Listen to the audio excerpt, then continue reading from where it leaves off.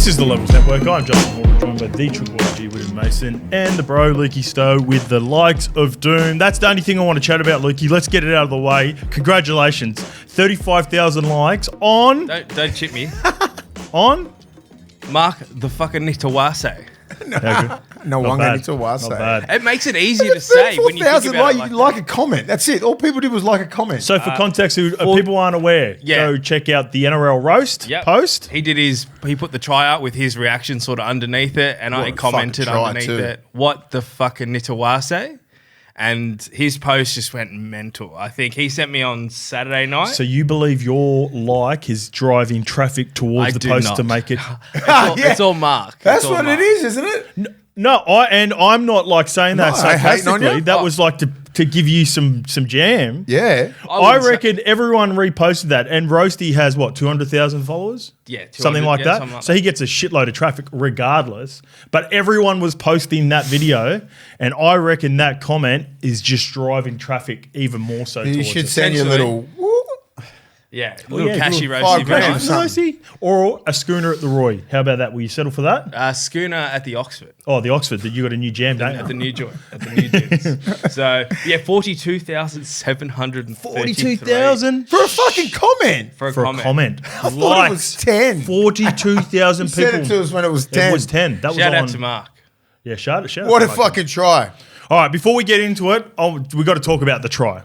I was going to save it for the review, but... Fucking hell. There were some good tries on the weekend. In terms of... When you start talking about tries of the year, tries ever... Difficulty, what do you reckon that was? The level of difficulty. Yes, it's like diving off a 10-metre tower, right, in the Olympics. What's the level of difficulty? Okay. His is the max. Yep. And he fucking nailed it. It's a 10. That's it, 10 out of 10. It's a 10. Everything he did. So rather than... I think this is the best way to say it. Rather than going, it's the best try of all time, and it's the most difficult try of all time... There are I reckon there are so many tries that I've watched for different reasons over the years, and because I was doing radio yesterday, we've got some really good examples. And here's another one I'll throw at you. Different circumstances, more raw power, the athlete, the speed, GIs, kick return for the Rabbitohs against the Broncos. Oh, it's up there. It's a different... That's the individual fucking athletic, I'm just... better and bigger, stronger and faster. Right. The Hayne plane against the Panthers, the chip off the kick return, stop, jim, bang, the Dragons try. There are so many other tries that had a mixture of skill or whatever, but let's just talk purely about how hard and difficult that was from Marky Mark to come up with that in a short space. It's near impossible. To get in, to get back out, and you've got to factor this in, Maze. He was having a rough night. Mate, those drop balls and the confidence at the end to still go for it. Yeah. Oh, credit to That's him. the confidence of that man. The fucking one leg and kick it, and then skip and the hop, skipping a hop, and then come back around. I was watching just eyeball test. He's fucking scored this. Yeah, he scored. Did you know straight away? I just had a feeling because he does. He has that skill set, right, where he can just do fluky shit like that. And I'm just like, I wouldn't be surprised in my head. I was just going, I wouldn't be surprised if he scored this. If he's just kicked it before he's gone out and he's gone back around and put it down with both feet in goal. Yeah, and it fucking happened. I was like, you're kidding me. Robbo brought up a great point about him after the game and talked about the skill level and also the difference between rugby union and rugby league and him even attempting something like that. And he talked about the attrition that's in our game and the attrition that's not in. Rugby union's a tough game, but it's nowhere near the level. If you make a mistake, you don't get as punished as you do in the rugby league. So you've 100%. got the ability to try and attempt things like that. And he goes, that's something we love about him, but we also have to bring it and try to find a happy medium. Yeah. Basically. Yeah, and it was because when he's going up for these bombs and things like that, he goes, and it knocks on, there's a scrum in union. It's could take 3 minutes, everyone's set and everything like that, where it's fucking play the ball and they're attacking you straight away after your middles have just been working their ass off and you scoring that try and doing brilliant things and how hard it is to get back into those games. Yeah. That's what he needs. And this is just him practicing all these little things, habits. He won't die wondering. Yeah. He was, even those balls that he dropped, he was just missing them. What about just missing them? There was no need for him to be fucking jumping out of the fucking ground. I want to talk about his technique later on because I've got a big show coming up and I've got some technique stuff from Robbo again, which I think he nailed it. But also, even right at the end, like he was the one who finished with the ball. He grabs it, doesn't look to pass, puts a rugby union type bomb up in the middle of the field, and then goes up and competes for it. I love it. I love it. I love watching him play. It's entertaining. But in a couple of years, if we just got to, he needs to persist. Robbo needs to keep coaching, teaching, him learning, but you can't take that away from him. That ability to do that, because you cannot coach that, what he has got. Yeah. You can coach everything else and just make him, he could probably be one of our best outside backs if you just stick to it, you know? I fucking love watching him play. Yeah, so do I. Just like, even 2-on-2s and stuff like that, he'll back himself. Yeah, big time. He's fucking smoking you. He'll either flick on the inside. We used to play a game back in the day, like where Sonny, we'd play 3-on-3, where Sonny Bill would just, it'd be an offload game. And like, it was just ridiculous how Sonny would beat you, so the defender over there, and then he'd flick back over this way. Do you know what I mean? Like, he just, the talent, and that's what he's got. He's got that sort of talent where it's just like, you can't coach it. Yeah, and that's Sonny coming from that similar background too, right? Like Sonny grew up a leaguey, but he also played rugby union. So that even though he made the switch back to rugby union, that was his. But the ability to beat someone and like just 1-on-1, and even like a 2-on-2, to have me beat you and having you come in and then be like having an offload, he would just be thinking that I could do that 90% of the time if I want to. But it's because the war of attrition in our game, you fucking do that in sevens. Yeah. And you do that in union. And it's not really frowned upon. Here, they're like, your middles, as much. As Robbo said, it's the penalty's not as big, right? Penalty is in try, change of possession, field position, you know, the war of attrition, your middles, start caring about those boys. I start looking at your sideboards going, hey, enough of that shit. Not to say that you can be sloppy in rugby union either. Yeah, it's just like a different, it's right. Little bit different. Just a little bit. Not as, just can't be just not as careless. Yep, agreed. Bit crazy. All right. Great tries. All right, let's get to it, mate. We're going to kick it off. We are recording this at 8 a.m. in the morning, or this is the time right now. Yep. And the Blues team has been announced as per, which I think is crazy that the Blues team is always announced before the Queensland team. I think there should be something around that. Everyone keeps saying it. It's something that they've got to look at. We've said it a number of times. We don't need to go into it, but let's go through the team. Yeah.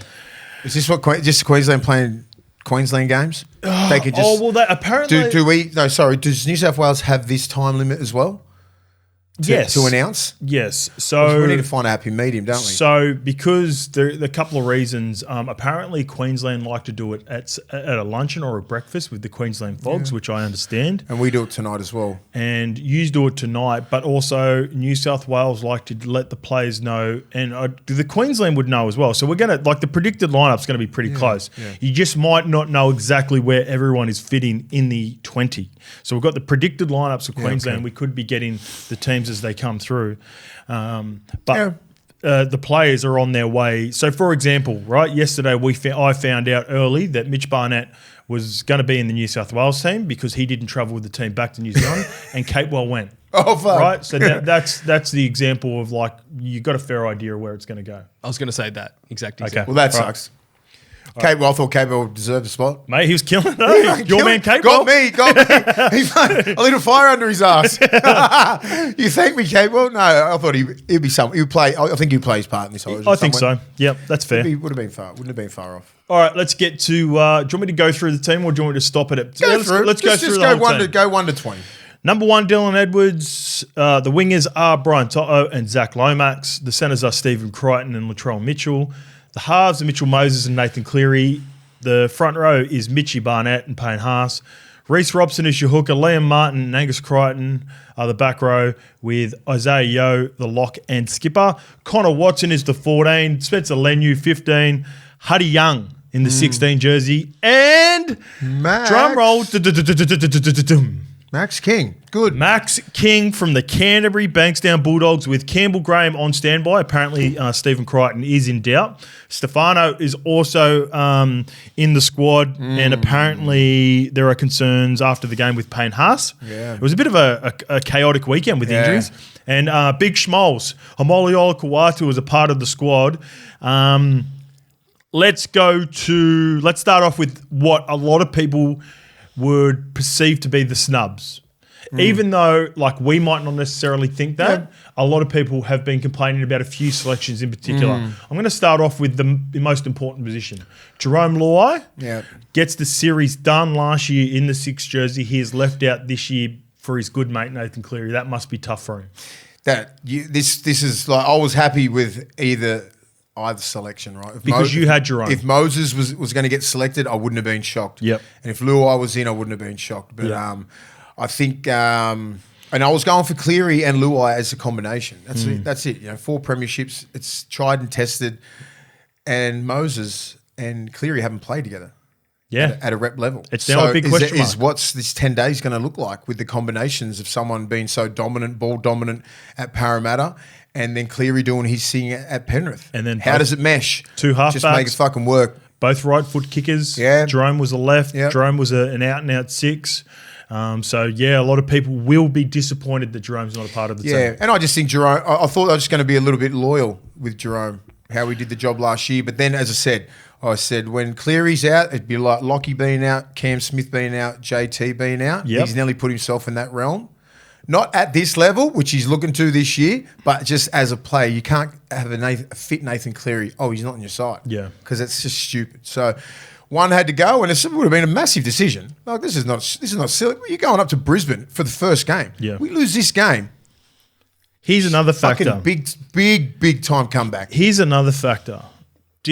I reckon this was Laurie's team all the way, but also when you look at the carnage over the weekend, I reckon it was a huge benefit that Mitch was playing on Friday night and Nathan had the bye. Oh, big time. When you talk about like preparation, recovery, what's required to get your body up, I know it's only 2 days and people might think that's crazy. It's a lot. 2 days is a lot. Jerome's going to be a little bit sorer than what Mitch is this morning compared to Mitch playing on Friday night. And that's not the deciding factor by any means. I'm just saying it's just a small factor. Yeah. And I reckon that was a benefit to Mitch to get that. If Mitch had done something crazy and had a real stinker on Friday night, then I think it would have, like, maybe then they considered Jerome. But once Mitch performed so well on Friday night. It's hard for me to be, because one's Batman and Robin, right? I think Cleary and Luai are the best Batman and Robin in the ever. These are two. You could argue these are ever. two Batmans, right? We've got two Batman. Like, we're two dominant alphas, 7 and 7s. Like, they've played that. They just want the ball all the time. They want to be that dude. This is Moses, Batman versus Superman. Yeah. So exactly. So where Moses could do that last year and take the team and put him on his back, where Luai was just on his left edge, happy there, doing whatever he wants to do. He allowed Moses to do that. Who's going to play on the left? I don't fucking know. I don't know. I think Moses should. Yeah. I think Cleary could. I think Cleary can easily go back to the way that he plays at Penrith. Yeah, okay. And how he usually has played. But, like, I want to see him in the middle more doing like how he usually plays at Panthers now, just attacking everywhere. Freddie and Joey were talking about it yesterday. They're envisioning Nathan going to the left. When you think about that strong left foot in the grand final a couple of weeks ago, he had that left foot.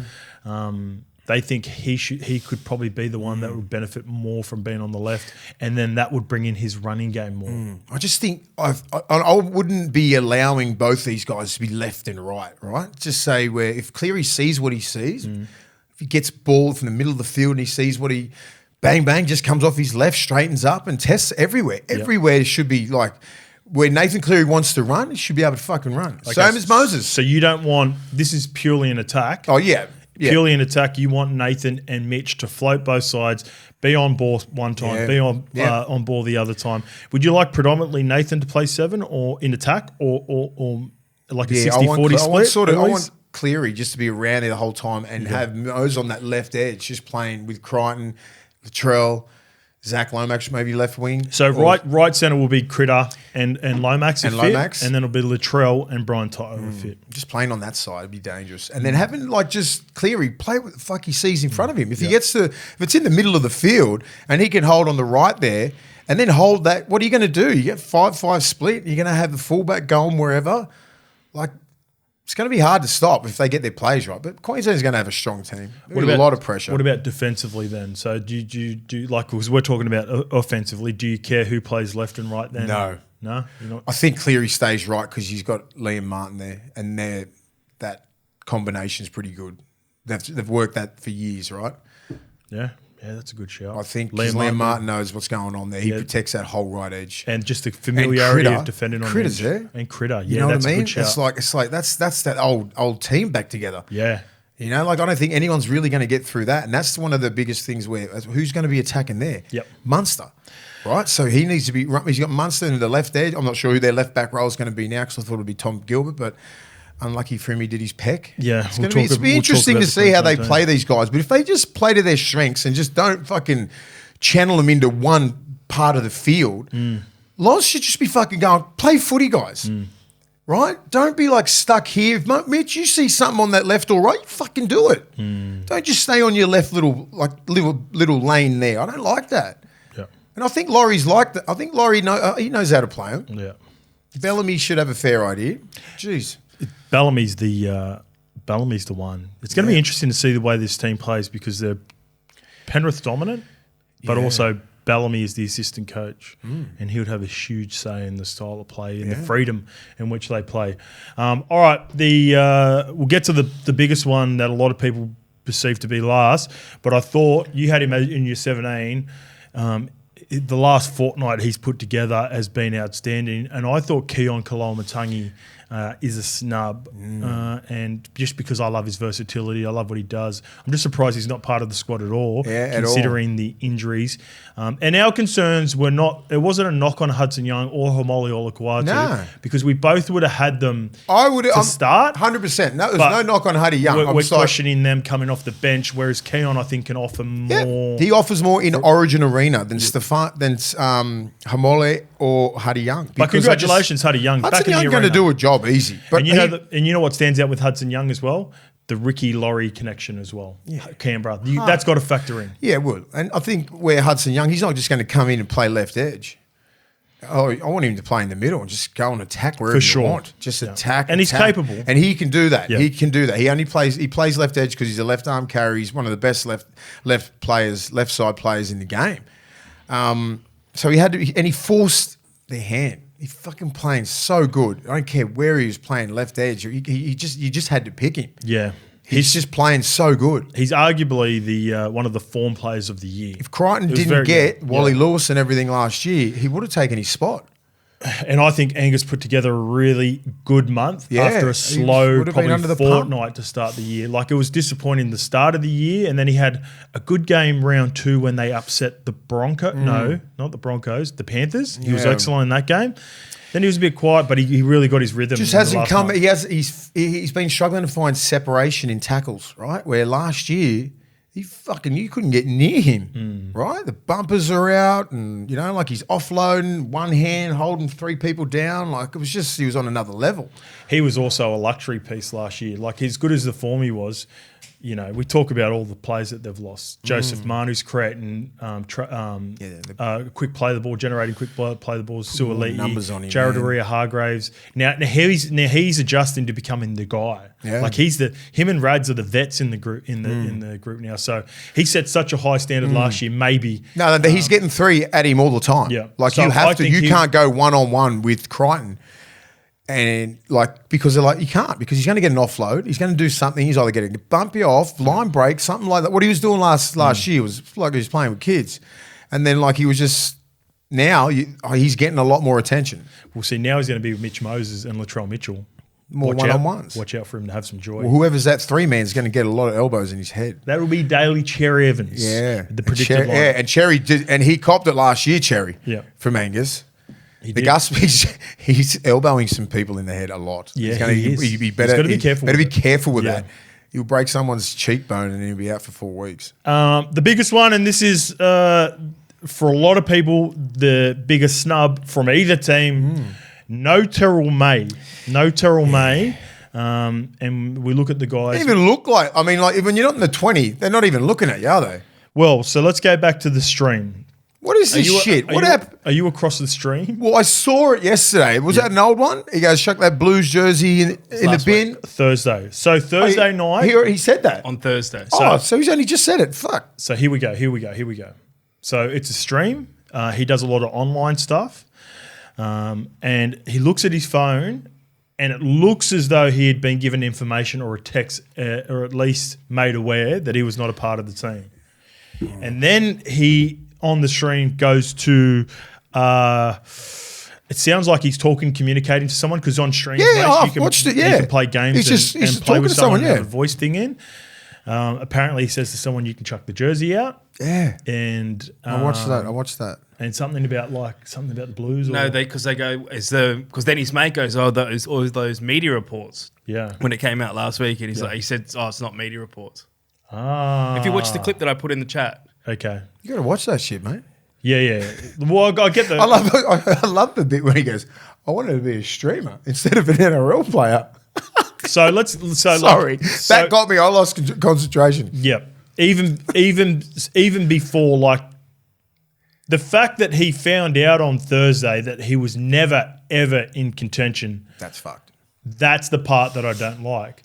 I don't like the reaction to the stream. I don't like what he said. And I've watched bits of it and I've seen commentary on it as well. So I know the gist of it.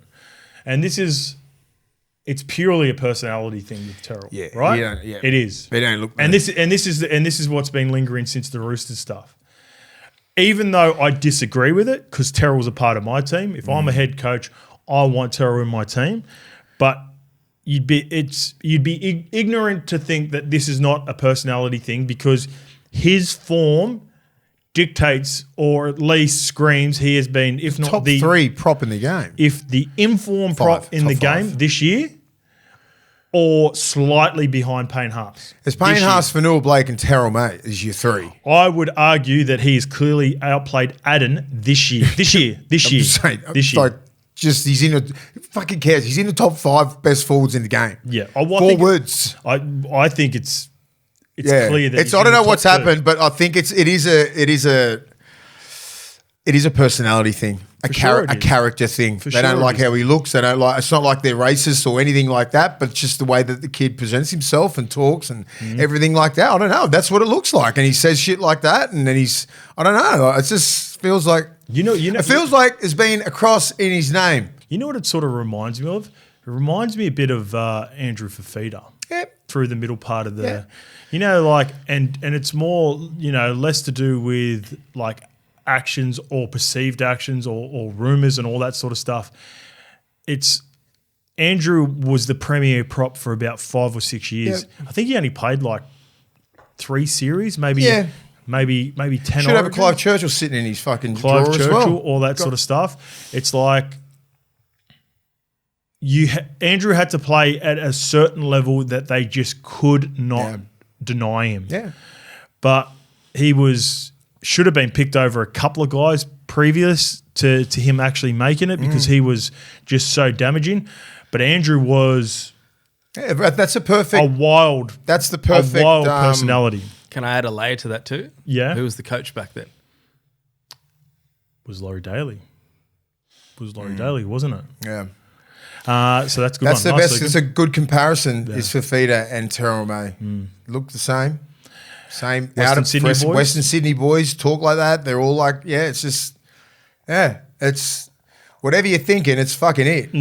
Yeah, because he's not a bad kid. No, and then no, they're not. But they're also like very outspoken. They don't give a fuck, mate. They just play footy. They would be very hard to control, and.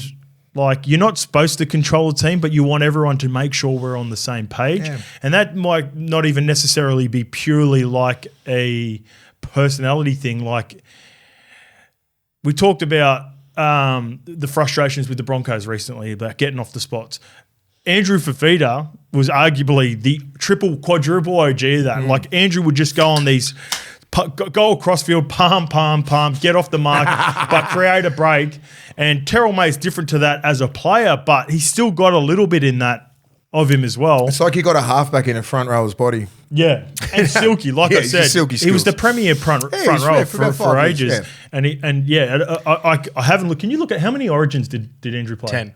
10? Oh, 100% 10? Yeah, so and that's a good comparison. But all I can say to him is just keep fucking killing it on the field, and they will not be able to ignore you. And just toe the line, mate. And just you're representing the NRL. Yeah, you know he doesn't do any outlandish shit. No, you know, but like maybe that last name has. That's a factor. That's a factor as well. They've put in all that. So I understand exactly how this game works, and that's why I know why he didn't get picked and why I didn't pick him in the sides, because I know exactly what it is. Yeah. Until all that shit gets fixed up, then he'll be still playing just for fucking the Tigers. And he's got to react better too. Like Freddie had his Freddie said talked about his experience with Hamoli Olakau'atu, right? Yeah. So Hamoli said something around on the footy show. Remember when Hamoli was like, I'm a Queenslander, or did like a tweet saying go Queensland or something? So Freddie basically said they put a line through Hamoli because of that. He was made aware of it, and Hamoli come up to him when he was calling a game at 9 and goes, look, I apologise, I was young. I want to play for New South Wales. Would have been influenced by the whole juggernaut of Maroons players, right? That whole crew. Like if you're in your 20s now, you'd be influenced from the 2010s, right? Yeah, very dominant Queensland period. That's right. And if you're a young kid, you go for that. You go for that side. You go for players. Those young kids go for players. They would love Greg Inglis. They would love all these players for sure. Billy Slater, Cam Smith. So, like, the maturity for Hamoli to go up to Freddie, grab Freddie and go, look, this is what I found out is the case, and maybe someone tipped him into it, and I think someone should do this to Terrell. Yep. It's not crazy bad what he did. It's just if that was the reasons that we believe, and it's more reputation, it's more personality that are holding you from getting in the team, because your on-field stuff dictates you should be in the team, then you've got to find a way to keep your authenticity, which makes you. Don't ever lose that. And I'm not telling players to lose that ever or lose their personalities, but figure out what you're doing wrong, how you can right those wrongs, and that's playing good footy, but also maybe reach out and go, look, I shouldn't have said that on the stream. I had a couple of things where I had to do that. In 2006, where we were heading into an Anzac test. So these are just lessons where I'm only saying these stories. Life lessons in the game is how to be yourself. I've always been authentic and I've always been me. That's one thing that I never, ever fucking can compromise. But I level up and I get smarter, right? Yep. That's what I've always done. So 2006, we're going into Anzac test team. We're at the airport. 2GB reporter comes up and goes, "Can we have an interview, please?" No, I'm fine. No thanks. Done. So it was me and about 5 or 6 players. We all played on the weekend. We're going into camp. Everyone's laughing. She's told Ray Hadley that I've told her to get fucked, right? And was laughing at her and everything like that, right? So this is like that to Ray Hadley. At that time, Ray Hadley hated me. And this was like, he was calling for me to get out of the side, everything. Get him out of the side, this. He's good mates with Ricky Stewart. I said, Ricky goes, what'd you do? I said, fucking nothing. I asked the media manager and everything. I was just sitting there, we were just having a laugh. And the lady was like, she asked for an interview. I said, no, thanks, I'm good. That's a powerful enemy. Listen to this, fucking oath. He was fucking murdering me. and I know, I pick my battles, mate. I know exactly who he is. And at that time, so remember the 2004 thing when I got busted drawing? They said I was drawing fucking dicks and shit on that. And it was just like, doodling stuff. That was him again. He went on a tirade. Fucking, it was just him. Like just going, fuck him. It was crazy. When I was just doing like childish shit. Wasn't anything against anything, but it was made out massively. Anyway, for the younger generation right now, this is a different time. This is 20 years ago. It's 21 years ago. If you went against Ray Hadley or someone of that power, they were so influential with the media. Now it's different. Talkback radio was me in the morning for 2 hours just berating me. That's what it was for fucking 2 years. Continuous call team. Anyway, continuous call team on Willie Mason for fucking 2 years. Yeah, that's great. The gang was the big man. Oh, mate. And so fucking Ricky goes, Rick goes, what did you say? So I told Ricky goes, I'm good mates with Ray Hadley. You need to Give me his number. Yeah. Fucking straight away. Yeah. And so I can end this whole thing. Yeah, okay. As soon as I ring up, bang, bang, bang. Sorry, mate. If I've said anything to offend you or any of your workers, I'm so sorry. All good, mate. All good. Blah blah blah blah. It was just fucking squashed like that. It's an ego thing. Done. Yeah, Never said a bad word about me since. Oh well. Since 2006, trust me. Yeah. But it's just, and it's sometimes you just got to suck it up and go. I said, what? And then 10 years later, the lady who said that so this is 2017. I was just retired. I was doing some stuff and work for Channel 7. I'm not even going to mention the lady's name. Yeah. Leave it out. She's like, do you remember that time where, the infamous, she goes, I was just having a really bad day. And but I said, and I didn't know it was her, right? Yeah. Otherwise I wouldn't have said a fucking yes to the interview. And I said, that would have been nice to know. Yeah. You know, if you didn't tell, like I copped this. I nearly get dropped from a fucking Aussie team. Yeah. Well, because you had a bad day at work. Yeah. You know what I mean? So she's making up because she couldn't get an interview because we all said no. So she just blamed me, said I told her to get fucked and we all laughed at her. Yeah. Like, that's just fucking... But did her apology... heinous. Did her apology work the same that your apology worked with Ray, or did you go...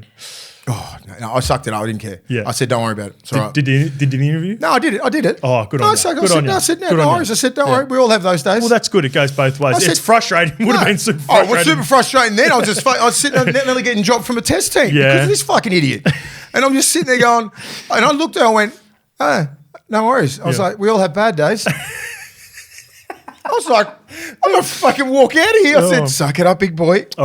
You just retired. All right, so what's your final advice for Terrell May? Just keep playing. Period? Yeah, he's in a predicament here. Just keep playing his best football for the Tigers. Yeah. If he needs to make phone calls, ask some big heavy hitters what's going on. Talk to Laurie. Benji will have numbers. Talk to Laurie. Benji will have the phone numbers. Yeah, for those talk to someone. Yeah. You know, talk to Gus Gould. Ring Phil Gould up. What do I need to work on to get in these sides? Yep. You know, it's pretty. It's not a form thing. It's not a form thing, mate. Because it should be in the side. It might be as simple as just a text message. And like, you know, what can I do to show that he's keen? Because, like I said, keep saying, the form, not only this year and then how he's performing last year at the Roosters when he actually did get decent minutes it's crazy that he's not a part of it. Sorry to rant on about those stories, but it's just life. It's just life lessons. So good. To young kids, what the shit that I've been through is just like fucking everything that you're going through now. I know exactly what it is. That's why you are the quadruple OG because you can look. Yeah, go Lucky. Yeah, can I add a layer to it? Is it like Queensland? You would argue have like a leadership committee. You got Ches, you got Munster, you got Billy, you got blokes that have been around the system for ages.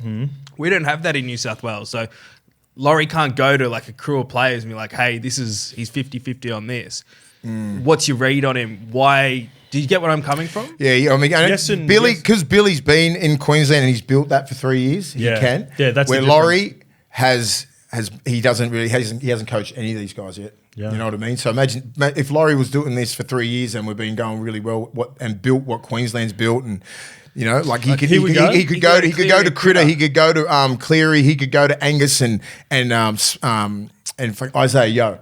That would be your leadership group, right? Moses, what do we think, boys? Do we want him in the team? That could happen. The only locks to be in the team every year and the only people you'd have a conversation would be with is the co-captains. And Isaiah Yeo is the captain, but Nathan is going to be a captain as well, like on the field. So it'd be Yoey, Nath, you have a history with the May brothers. What's your take? Can we get the best out of Terrell? Can he come in here and buy into that? Not to say that hasn't happened, but if Laurie were to have conversations with players, it would have to be Nathan and Isaiah. Well, and even like a Payne Haas, even those guys that have been there, they're there for a lot, right? They're going to be there for another 5 years, Payne Haas. I'm just looking at more like the leaderships of what they are at Critter. Yeah, I'd say Critter. I'd say that. Yeah. I'd say that. Because Nathan's like best mates. Yeah, Tyron. So close. That's Nate's best mate. Nath would be the best one to there. Like those Penrith boys, go and ask all them. You know who would have done it, or at least considered having that conversation? Madge would have. But Laurie's first year, he's got so much to sort of worry about. This is a huge series for him, and what Wace is saying, I believe, is 100% true. It's not to say that he hasn't bought in on the decision or he doesn't actually feel that same way because we don't know that. We haven't asked Laurie that. But there would be a huge contingent, a part of the selection process that are like, his name wouldn't even been considered. The streaming concerns me, like how he got proper male. I didn't like the reaction. I didn't like the reaction. He just needs to smarten up. Yeah, just smarten up. He's a young kid who's, he lives by the beat of his own drum. Where you can do that, but you're in a team environment, Yep. So he just needs to sharpen up a few little things. That's it. Yep. That's great advice. I reckon it's good advice for him. But it's just it would hurt. It would hurt. It would hurt. Even though you go, throw that blue thing in the bin. Just trying to. That's probably he's just how he deals with stuff, right? Yeah. You just take the piss out of it, like most of us. Yes. But don't fucking don't record it. Would a Queenslander have the same mindset though? That's how I feel. Like that would never even come out of someone in contention's mouth. Yeah, it's just. I don't know. I've seen Roasty's video on that. Yeah, Roasty said it brought up a good point about when it's like nothing's given to Queenslanders. So for example, he used the two examples. Munster was on the couch with Matty and Fletcher and that over the night, and then when Harry got interviewed, they're like, "Oh, if I make it, like it'd be an honour, like the Queensland and all that." And just there's a script for those fuckers. But also that's embedded in them, right? Yeah, like that's a Queensland totally thing different to say, and that's not necessarily what New South Wales underdogs, not just Terrell, but just in general. No. Exactly, would never happen in Queensland ever. Yeah, just that's exactly what they would be saying as well. Yeah, talk to Shane Webke. Talk to some of those old heads like that. Yeah. You bunch of pussies. It's a privilege. It's when you talk to those guys. That's why I love like doing the origin thing. Point. Doing the origin thing. Take on that. Yeah, I get it. Teddy was left out, but to be expected. Yeah. Dylan is fit. He's the incumbent. He's coming off a bye, which again I think is a huge advantage. And Teddy would be disappointed, but not surprised. Not surprised because he lost the job last year, and they won the series. And Dylan Edwards was outstanding. Yep, it's his turn now. It's his turn. It's his turn. All right. Good luck to Dylan Edwards. I got some chat for you around Turbo. I haven't 100% got this confirmed from the Manly side of things, but the mail is Turbo called. Was there a phone call? Yeah. Called Laurie and just said he just didn't feel like his body's ready for Origin at the moment, which is a credit to Turbo. That's just the person, the human he is, isn't he? The human who he is, and not to put pressure on the selectors, or because I think his name would have been there, and I think it would have been in front of Zach Lomax's, which sucks. So do I. Which sucks because Zach Lomax showed. I was worried about coming back from a syndesmosis or a lower leg injury, a fractured foot or whatever it is. His power that he could generate because he's game. He's a powerful man. Yep. He goes at it. He loves the contact. He actually 25 hit ups. He's fatigued a little bit, but yeah, I actually thought he looked better in the game on the weekend than he did in the previous two. Yeah, he did. A few other factors. I reckon this is a huge factor to consider. And because I only found out about the phone call on Sunday, so potentially it happened after the game. Do you think maybe just the fashion in which Jakey got knocked out played a part as well, and just not, the concern that he had for his brother and not being in camp with Jakey, and then adding that to how his body feels. I think he knows what it takes to be out there. Yeah, and he's like, I can play club level, pretty good, half decent now. I could be ready in like game 2 or 3 if you need me. Yeah, but don't pick me now. Okay, I reckon he'd have that sort of emotional intelligence to go, you know what? I don't want to let the team. I don't want to put pressure on you. I don't want to put pressure on selectors. I'll put pressure on himself. Put pressure on myself. I don't need the shit as well. Yep. Zach deserves his spot. Let me just just chill. Huge win for Manly on the weekend. Yeah, they can go on a bit of a run during this 2 or 3 week period. Plus, he travelled to North Queensland. Yeah. The drama has happened in and around for Tommy when he's had flights to New Zealand, flights to overseas. He gets tweaks it over there. He comes back Perth. and he gets injured after Perth. Comes back after Perth, tweaks the injury, and then also he didn't play in Perth. I'm just saying, just examples. But yeah, travel. So he would have to travel to North Queensland.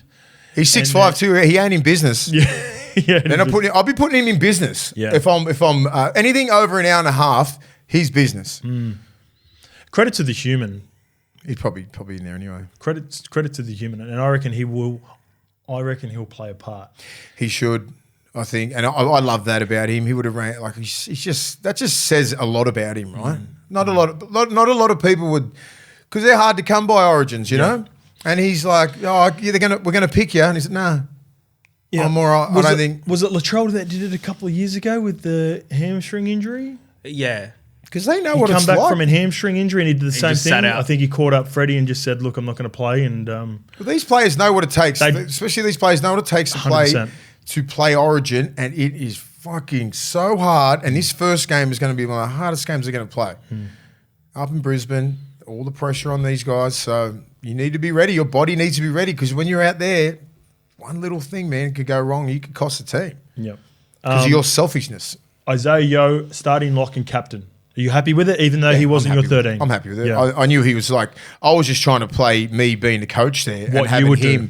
having him coming off the bench and having Jakey there. So Jakey threw a spanner in the works. But Yoey deserves the captaincy. He's golden boot. He's captain of the premiers out there 4 times with his boy Cleary. Highly respected. Deserves it. Good on him. So with the injury concerns, the 2 main ones are Stephen Crichton. It's not the Critter. Apparently, Critter had a groin concern. Yeah. A groin concern. So Critter so this week, if you notice, chase down on fucking the little fella. Sandon Smith. We'll talk about that in a bit. Sandon. Stephen Crichton, he didn't goal kick, and then he also didn't do the presser after. So that's when people started to notice that something could be wrong with Critter. So Campbell Graham is on standby. Shout out to Campbell Graham. What about his defence last night? Oh, my goodness. Well, Campbell Graham was once considered the best defensive centre in the game. He missed 18 months. Stephen Crichton has taken that mantle well and truly now. So if Big Stephen boys, Crichton man. was to miss, Campbell Graham would be great. I can see why they both are. Have you ever been near him? If they're big to me, imagine they're big to you, Luke. I'm like, fuck, no wonder no one gets around you. Big huntsman out there. Even Critter. Fucking Terrell. Big boys, man. Long, strong. God damn. And Payne Haas had his quad wrapped in ice. Good. Just ice him up. Just let him just fucking My just favourite relax. with Critter on the weekend was because he had that shoulder to the head, the tackle. Did you see the Channel 9 after, where it's like Thurston and Freddie next to it? They're the complete opposite takes on the situation.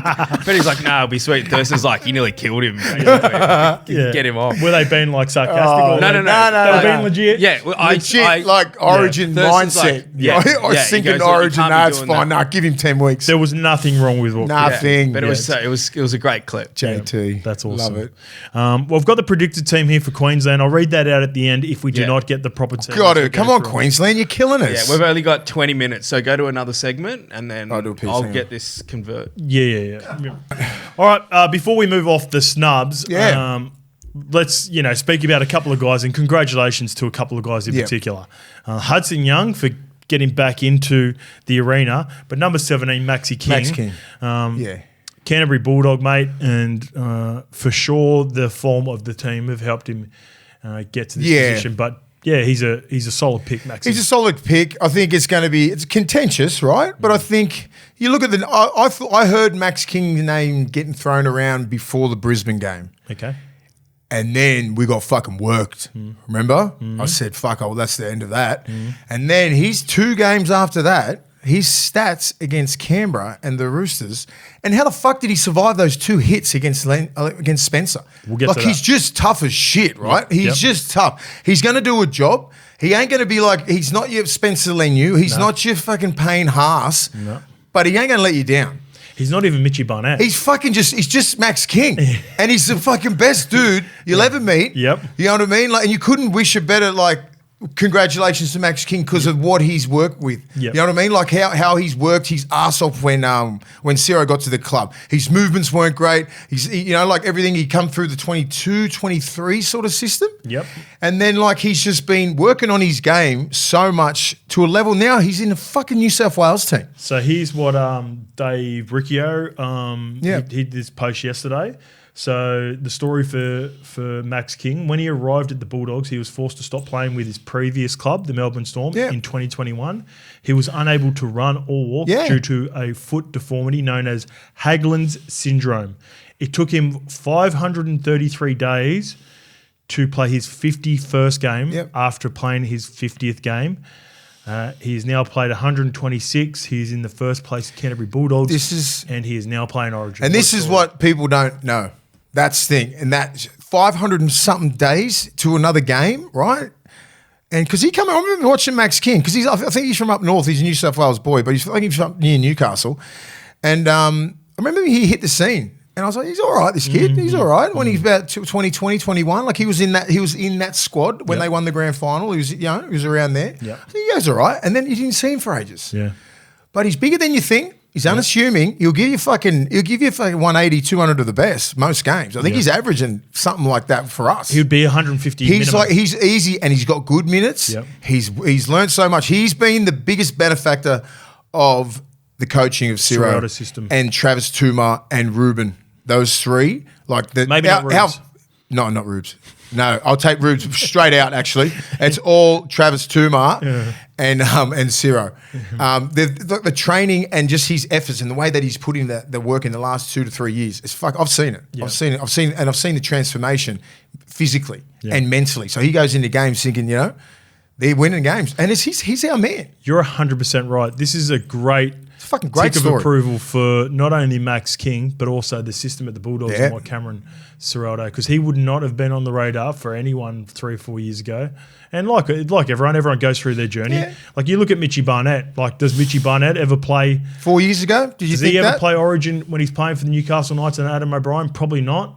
Andrew Webster's done a great job with Mitchie Barnett over the last 2 or 3 years. See, look at even like a Kurt Mann coming to us. Yep. I think he's gonna be somewhere in that Queensland team. Apparently, he's 18th man in the predicted lineup. Do you know what I'm saying? Like most of these, it's the coaching in the system. It's For big time. We're coming first.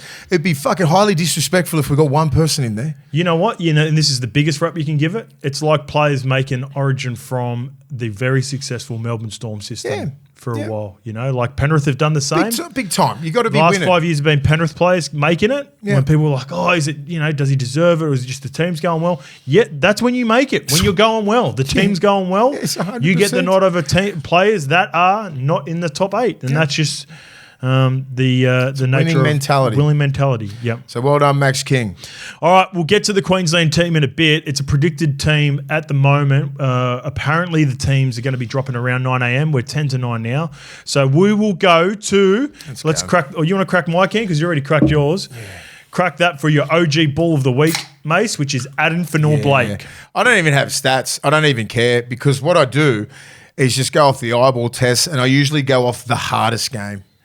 And they played against Melbourne at Shark Park. That's a hard game. Best game of the week. Yeah, best game of the week. And I think he was well over 200 metres. He's easy in the 60 to 70 minutes quite easily now. Quite easily.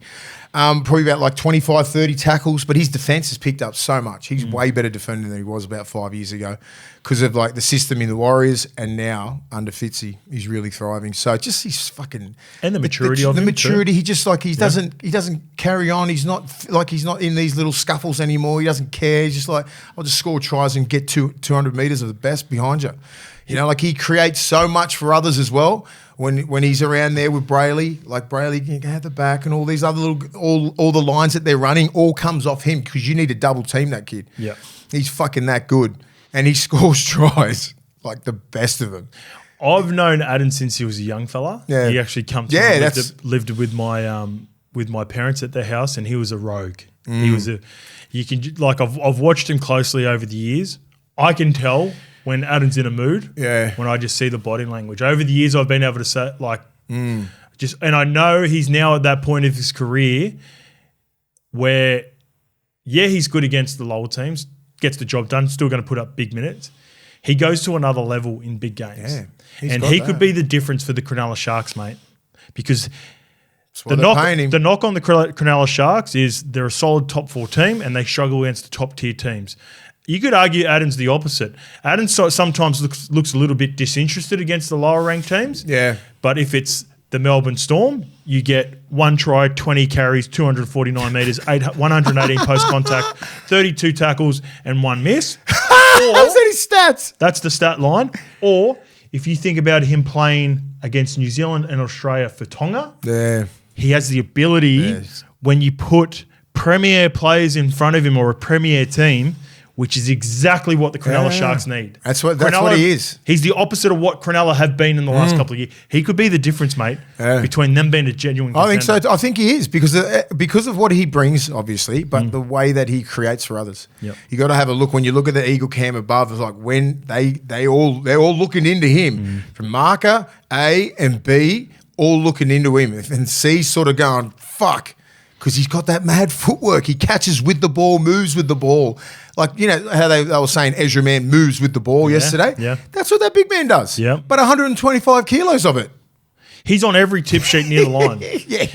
Good luck. How much video are you watching on Adam Fanua-Blake if you're the opposition team around goal line stuff and he's still averaging 10 to 13 tries per season? And you're trying, what you're trying to do wherever he is at, how do you stop it? You just tuck in a little bit and you're trying to hit on when he gets the ball.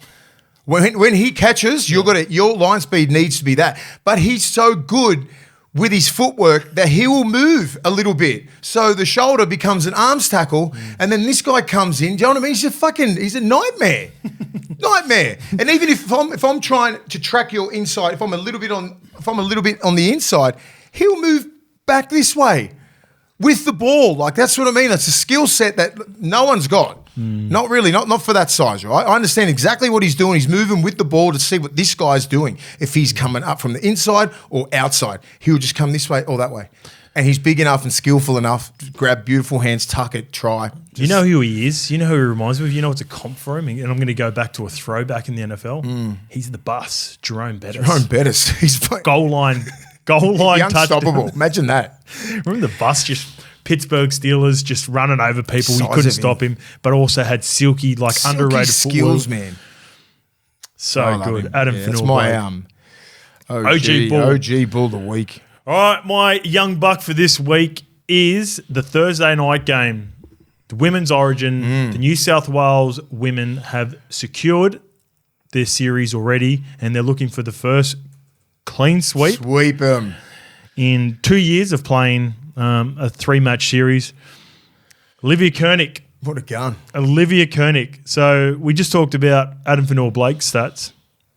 70 minutes, 2 tries. In the middle as well. 1 try assist, 21 carries, 242 metres, 99 post-contact, 10 tackle breaks, 35 tackles, 1 miss. So here's my question to you for my young buck. How was that left out to the Australian team at the end of the year? It just shows how political bullshit it was last year, wasn't it? She is not only the best forward in the game. There is an argument, and I would put her up against every other player in the NRLW right now. She is just playing. Her 18 months has been unbelievable, and she gets man of the match, like we talked about on the show. Good start to the weekend too, by the way. Broncos ruined it for me right at the death, but we had a good weekend. And Koenig at 9s just really got the juices flowing over the weekend. She's an absolute gun. Yeah. I'm so happy for her. She finally gets the recognition and the reward with a player of the match that she's deserved for at least 18 months and securing the season for the New South Wales Blues. She's a genuine footy player. She's and a lock as well. She's a 13 because she played. I wouldn't like her just on one back one on the side edge. No. She's got too much football in her. I see just a little sequence where she just goes out, just drifts out to B, boom, hits the young little prop from Canberra. Samaima Taufa. Yeah, she's a gun. You couldn't stop her. And then she just goes out, gets a wide ball, catches it B, little dummy. Yeah. C slides out because they think she's going to pass it, pushes up, and then just smokes Tamika Upton. Puts the ball down. I'm just like, fuck, she genuinely thinks about what she's doing as a lock. And the wet weather and everything like that played to her a little bit of slippage here and there. No, it did. But who cares? She's got to run the ball as well. She's still got to take advantage of it. What about, we talked about Adam before, the late silky off the footwork. She was playing down on that second try. Yeah. She felt the pressure, skipped out, bang, goes over for the second try. Yeah. That's when the skip and the Hello Sports Boys saluted because we just realised that we got the jam at 9s. But that's because she played early for the last one. And then C's going, okay, what am I going to do here? And B, she hasn't rattled. She's on another level. She's way better than everyone out there.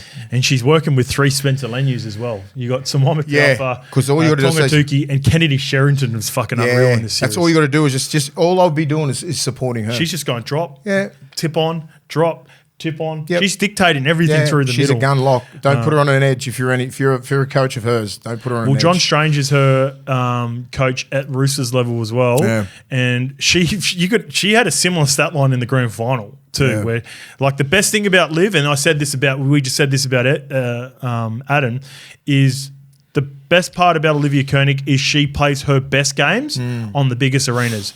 Grand final against the Sharks, she was arguably the best player in the game. She just got pipped by Taryn Aiken.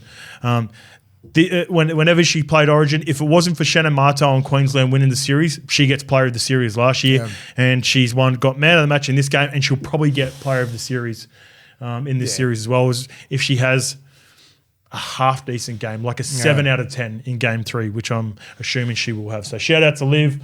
Everyone knows I'm a big fan, and hopefully everyone else noticed it over the weekend. Wasn't even close, that game. No. New South Wales is so much better at the moment. Yeah. We talked about like Shannon Marto and Varney Polite, who we interviewed at the Red Bull. Huge outs. Big outs. The most. Varney is their meter reader, their yardage, their back five. Yeah. She'll get in. Varney will have 15 carries for 200 metres, and so will Shannon Marto. Okay. And then Shannon Marto has that presence. So both of those two girls were out with pregnancy, so congratulations to them. It's a different part of the game that we never have to deal with as men, but they were huge outs for the Queensland team. Were you going to say anything then, Lukey? No, I was going to say try and pad it an extra 3 minutes because that's nearly 9 o'clock. Okay, no. We'll, so here's a question. All right, so we are proud to be sponsored and partnered with Mongrel Boots, Aussie born and bred. And I've got a question. I'm going to throw this out there. This is a question for Mongrel Boots, and this one comes from Damon34. And I will find that information out off the back of putting this in the show. Do they sell Mongrel Boots in New Zealand? I want some after those comments. We talked about Mongrel Boots last week, Mace. You've got a pair. Lukey's got a pair. And it's not always just about work or play. Mongrel has a boot for you, and they're designed to be comfy as. Should be comfy as fuck. Yeah, that's what it should be. We can say that. They are Aussie born and bred, but we'll find out for you, Damon, and see if there's any way that they can send them over. mongrelboots.com.au. Throw them in your cart, put your address in back home in NZ, and see if they come. There we go. That's the go, because Mongrel Boots are engineered with advanced technology, built tough. They include features like the scuff cap protection, tough side of sole for enhanced stability, roller sole technology, and no matter what you're doing, it's always easier in mongrels. So as Lukey said, head over to mongrelboots.com.au to find out your favourite boot and local retailer.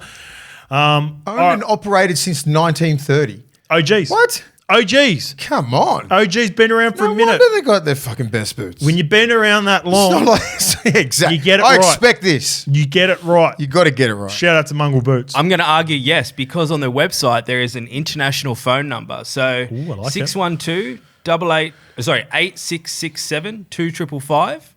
Give them a buzz, see if they'll ship to you. Here we go, Damon. Maybe just get on there, chuck in your address, see if they accept it. It's 2025. Surely. Fucking work it out, mate. Go get yourself some. Damon, I'll fucking work it out. Actually the Mickey. Like those boots at the farm just were perfect.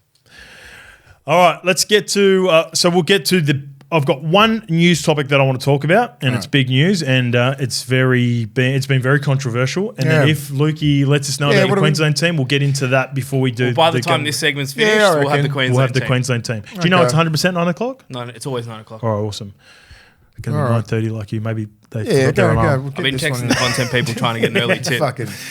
All right, so Broncos captains Adam Reynolds and prop Pat Carrion had to respond after Marty Tapau liked a social media post criticising Michael Maguire's style of coaching throughout the week. Marty Tapau was reportedly set to front, or he did. He fronted the leadership group after the fallout from the saga. And that is off the back of the post from former Tigers forward Elijah Taylor. He was asked by fans why Brisbane could be struggling for form, delivering a criticism of Maguire's coaching and on Instagram. I don't know if you've seen the original clip. I saw it. Yeah, all right. Before we get to that, Footy hacks. I'll finish off this last little bit. Michael Maguire has confirmed Brisbane Broncos star Martin Tapau. Oh, sorry, it's Tapau. Tapau. Tapau will be given an early release from his contract just days after he liked the video criticising the coach. The 35-year-old has officially played his final game for the Broncos and is set to depart the club. Official details on the release from the final months of his one-year deal have not yet been finalised. So let's start with, and I'll lead you into some stuff here, Mace. We've always known about Madge's reputation as being a hard-nosed coach. We've got great friends that played not only like ET at the Tigers, but also South Sydney. And yes, they had success from it, but yes, there were players that said during that period, it's fucking crazy, they were burnt out. And Elijah Taylor goes through a number of things about how stressful the. I don't think that post was that bad. There's a bit of truth in it. That's why. Is this footy hacks, Elijah Taylor? Yes. Yeah, I was just like, okay, well, that's just what Madge is. He would know firsthand because he was underneath him with that little bit. Well, that is 100% Elijah Taylor's perspective of what the training is, right? And no, and not to say that it's like that's exactly right. That's his perspective of it. Yeah. But it doesn't look good. A player that's currently in the roster liking that post. From it's silly. But then it's just, when you see what other players have been going through at the Broncos, I can see why you can't have double standards there, man. See, I think I think you can on this. And the reason I think you can is because there was not one thing that was positive about that video from Elijah Taylor's perspective of what Madge Maguire was as a coach. Yeah. And I'll throw a few things in that I think, and by the way, I have no relationship with Madge. No. I really could care less whether the Broncos are successful under Madge or not, right? I want to see the Broncos succeed because I think they've got a talented team. I think Madge is a good coach, but also I've never been coached by him. Can I say something? Yeah. I think this is the other side of the game, right? When we're talking about all these big contracts and everything like that, and then something like this can happen.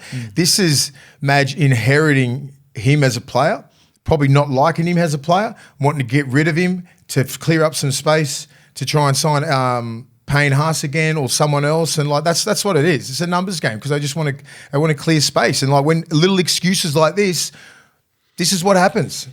It's a business. And then he's just it just gave him an excuse to get rid of him. That's what Elijah Taylor also said on his responding post off the back of it. I think if you took it purely you're Michael Maguire, right? Here we go. I'll put you in Michael Maguire's shoes because we're thinking of Marty's situation here, and then what Elijah has said in his presser. You're Michael Maguire. You're in. It's already been a tough task trying to change the culture and trying to implement yourself in at Brisbane because everyone, you're the first non-Queenslander to coach of the Brisbane Broncos. You've taken over from a favourite son in Kevy Walters. Yep. Kevy Walters has influence with media now. He's currently at Fox. So you got all these things. And not to say this is like a anti-Kevy Walters things. I'm just giving up the examples of what Madge is dealing with right now. And he's trying to create a culture similar to what Cameron Ciraldo was doing 2 years ago with perceived deficiencies in the culture and what he's trying to build there. Yep. He has an ex-player that comes out and damns him and what he's trying to achieve there, and a player that is currently on his roster likes the post, admitted to liking the post, then realised he'd made a mistake and then taken it down. But the damage already is done for how that person would view the coaching. And if he's trying to change, the mentality I get it. Club, I get it. He currently has he had someone in his inner sanctum that clearly wasn't buying into what he was trying to achieve. I totally get why he's doing this. I understand it, but I'm just saying it's a business as well. Marty just gave an excuse for his contract to get ripped up. For sure. That's all it is. For sure. You're trying to get rid of. He only re-signed last year for 2 years. Just say he's on $350. 700 years, 700 over 2 years. Yep. You want to clear space, then you got a guy here who's not in your plans. He's 35 years old. Yeah. He's not in your future plans. You got an excuse to get rid of this guy right now? Fucking here it is. Yep. And he's done it. You're not buying in. I can see it clearly. You like this, blah, blah, blah. He's going to face the board. He's going to say what he wants. But at the end of the day, Madge doesn't want him at the club. Probably didn't from the start. He inherited that roster. Correct. So he inherited the roster, and a guy like Marty, who is he 35 years old. Do you think Marty would have got a 2-year contract anywhere else? No. Probably not, right? So do you think he wouldn't have an allegiance towards Kevy Walters? That's what I'm fucking. I know. This is what I'm saying. Yeah, like, and this because he was in their team. Yeah, he was in their team last year until he got injured, and then they took over. Remember, I said the 2023 year. Remember when they made the grand final, and then he got injured. Then those young kids went boom. They never look back, right? Then they went on that run. He missed out on that, and then last year he was in reserve grade most of the year. But he already signed that 2-year deal because he played all right football because he did a job for him. Right, so Kevy rewarded him, and Brisbane rewarded him, and then Kevy gets ousted. He inherits this, and like he doesn't like bullshit. Madge, he's fucking straight up. Everyone knows what he's like. He would look you straight in the eye and go, "Why the fuck do you like that post for? So you against me? How I'm coaching? Blah blah blah blah blah." Yeah. That's the conversations he would be having. I don't like it. You're out. And let me say one thing because I guess it sounds like I'm sympathetic to Madge in this as well. I don't believe it's a sackable offence to Marty. It's fucking not a sackable offence. But it's not like I'd also be like, fuck, what would you be doing if you're the coaching staff and you know a guy is not on board with what you're trying to achieve? You do that. And when you do, then like going back to the Fox thing with Kevy, like I had a person. Here we go. This is how influential they can be, and for right or wrong, it's just the nature of the business, and it's been happening for fucking 50 years. Yes. And it doesn't only happen in our sport, but you can have influence on the way outsiders view a team's form, their standards, or what they're doing at training. I had a guy at golf the other day ask me. He was bagging the Broncos, just random, just doesn't know anything, just perception. He goes to me. He goes, the Broncos are training too hard. And normally I don't talk to people like about footy because I just like to play golf. When I'm playing golf, I like to. That's my time of the week where I like to zone out. And it's a bit of a punish too, right? So I was like, fuck this, I'm going to give him a lesson. I'm like, all right. I'll turn around and I go, what do you mean by that? Yeah. And he goes, they're training too hard. And I said, how can you tell? And he goes, oh, you can just see they're tired out on the thing. I said, are you going to training sessions? And he goes, no. And I go, are you watching the Bulldogs train? He goes, no. I go, you're watching South Sydney train? I said, how do you know they're training too hard? Because of what has been fed to you. Yes, the narrative's out there because Madges is hard. Because there's perceived players complaining about it. So if there is one example of that, even if it's just one and there's one bad egg or maybe a couple of bad eggs that are frustrated because potentially, one, they're not a part of the team. 2, they could be pro-Kevy. 3, they could be a little bit older and not deal with the training. Or D, all of the above. Yep. Then you can understand the reasons for not wanting to have a guy like that within your inner circle. Rewind 2 years ago at the Bulldogs. What happened? Yeah. Fucking that was a shit show. Yeah. Where are all those players now? They fucking definitely haven't got blue and white on their fucking chest, have they? They're all out, and Ciro's got the people that he wants in there, right? So all these kids, all these guys wearing that jersey deserve that jersey. They've worked hard for it. Where a lot of those other guys, culture, right? that's the culture that he's built, and it's hard work, and you've got to work hard. And there was rumors like we're training too hard, all that shit. I was like, and that's when I can't see fucking kidding because I knew who was saying it. And those guys aren't there now. So it was never directed at the people that are wearing the jersey fucking right now. No. Trust me. Yep. All the guys are gone. Do you know what I mean? So like I understand what Madge is doing and it's a fucking fine line. So you got to nip it in the butt and little things like this, it can cause a lot. Right? So if it's done in the right way, Madge goes, all right, fucking I don't like the way this is done. Marty, you liking this, even as petty as it is, right? And like it's liking an Instagram post. you know, I would never thought that we could have a conversation about someone liking an Instagram post and it's costing his job. the world we live but in it's now, a though. bit fucking more than liking the Instagram post. Yes. So Yes. look right into The it, guys. deeper issue is not So just they're the trying to like. compare it to Ezra Mams and they're trying to compare it to some other players. I'm like, it's just fucking not. They're not comparable. Well, see, the reason it's not comparable was because Ezra fucked up and made himself look like a goose and harmed people of the public. That's a completely different. That was a personal one. A completely different example to someone liking a post that is undermining the head coach where you're trying to change the culture and what they're trying to do. So It sucks. I keep going back to it. I don't think he deserves. He doesn't deserve a sacking. He doesn't deserve the sacking. But I'm just, and that's where that's where I understand where he's coming from, where he just wants to open up a roster spot and money because they need to sign some players next year and re-up players. And like 600,000-700,000 if you're taking that much money up and a roster spot. Selma Cobbo's off contract. Payne Haas only signed that 2-year deal 2 years ago, next year, something like that. So even Reynolds come out and said Reynolds goes, I'll retire because of it. Bit weird, but I understand. It's the best. This is where the business thing comes in, guys. This is what I like when we talk about all the other bullshit with fucking Dylan Brown and then DCE and all this other stuff. This is the other end, you know, when it gets real petty. 9 o'clock. 9 o'clock. What's in the chat? Let's go. Let's go, Queensland. Couple of slight tweaks on the predicted squad. I put it in on the right side. Right, the actual team. The fucking team's in. All right. Where am I? I don't even know what I'm looking at. Okay. Oh, you're here. Oh, it's a team. Shit. I fucking told Lindsay Collins, you motherfucker. Kirk goddamn man. He's in there. Yep. Feni Fuiaki. All right, let's go through it. I'm just trying to get a little brief because I had some notes down there before, but it still holds true even though a couple of positions are a little bit different. We got it. Kalen Ponga's fullback. Xavier Coates and Valentine Holmes are on the wings.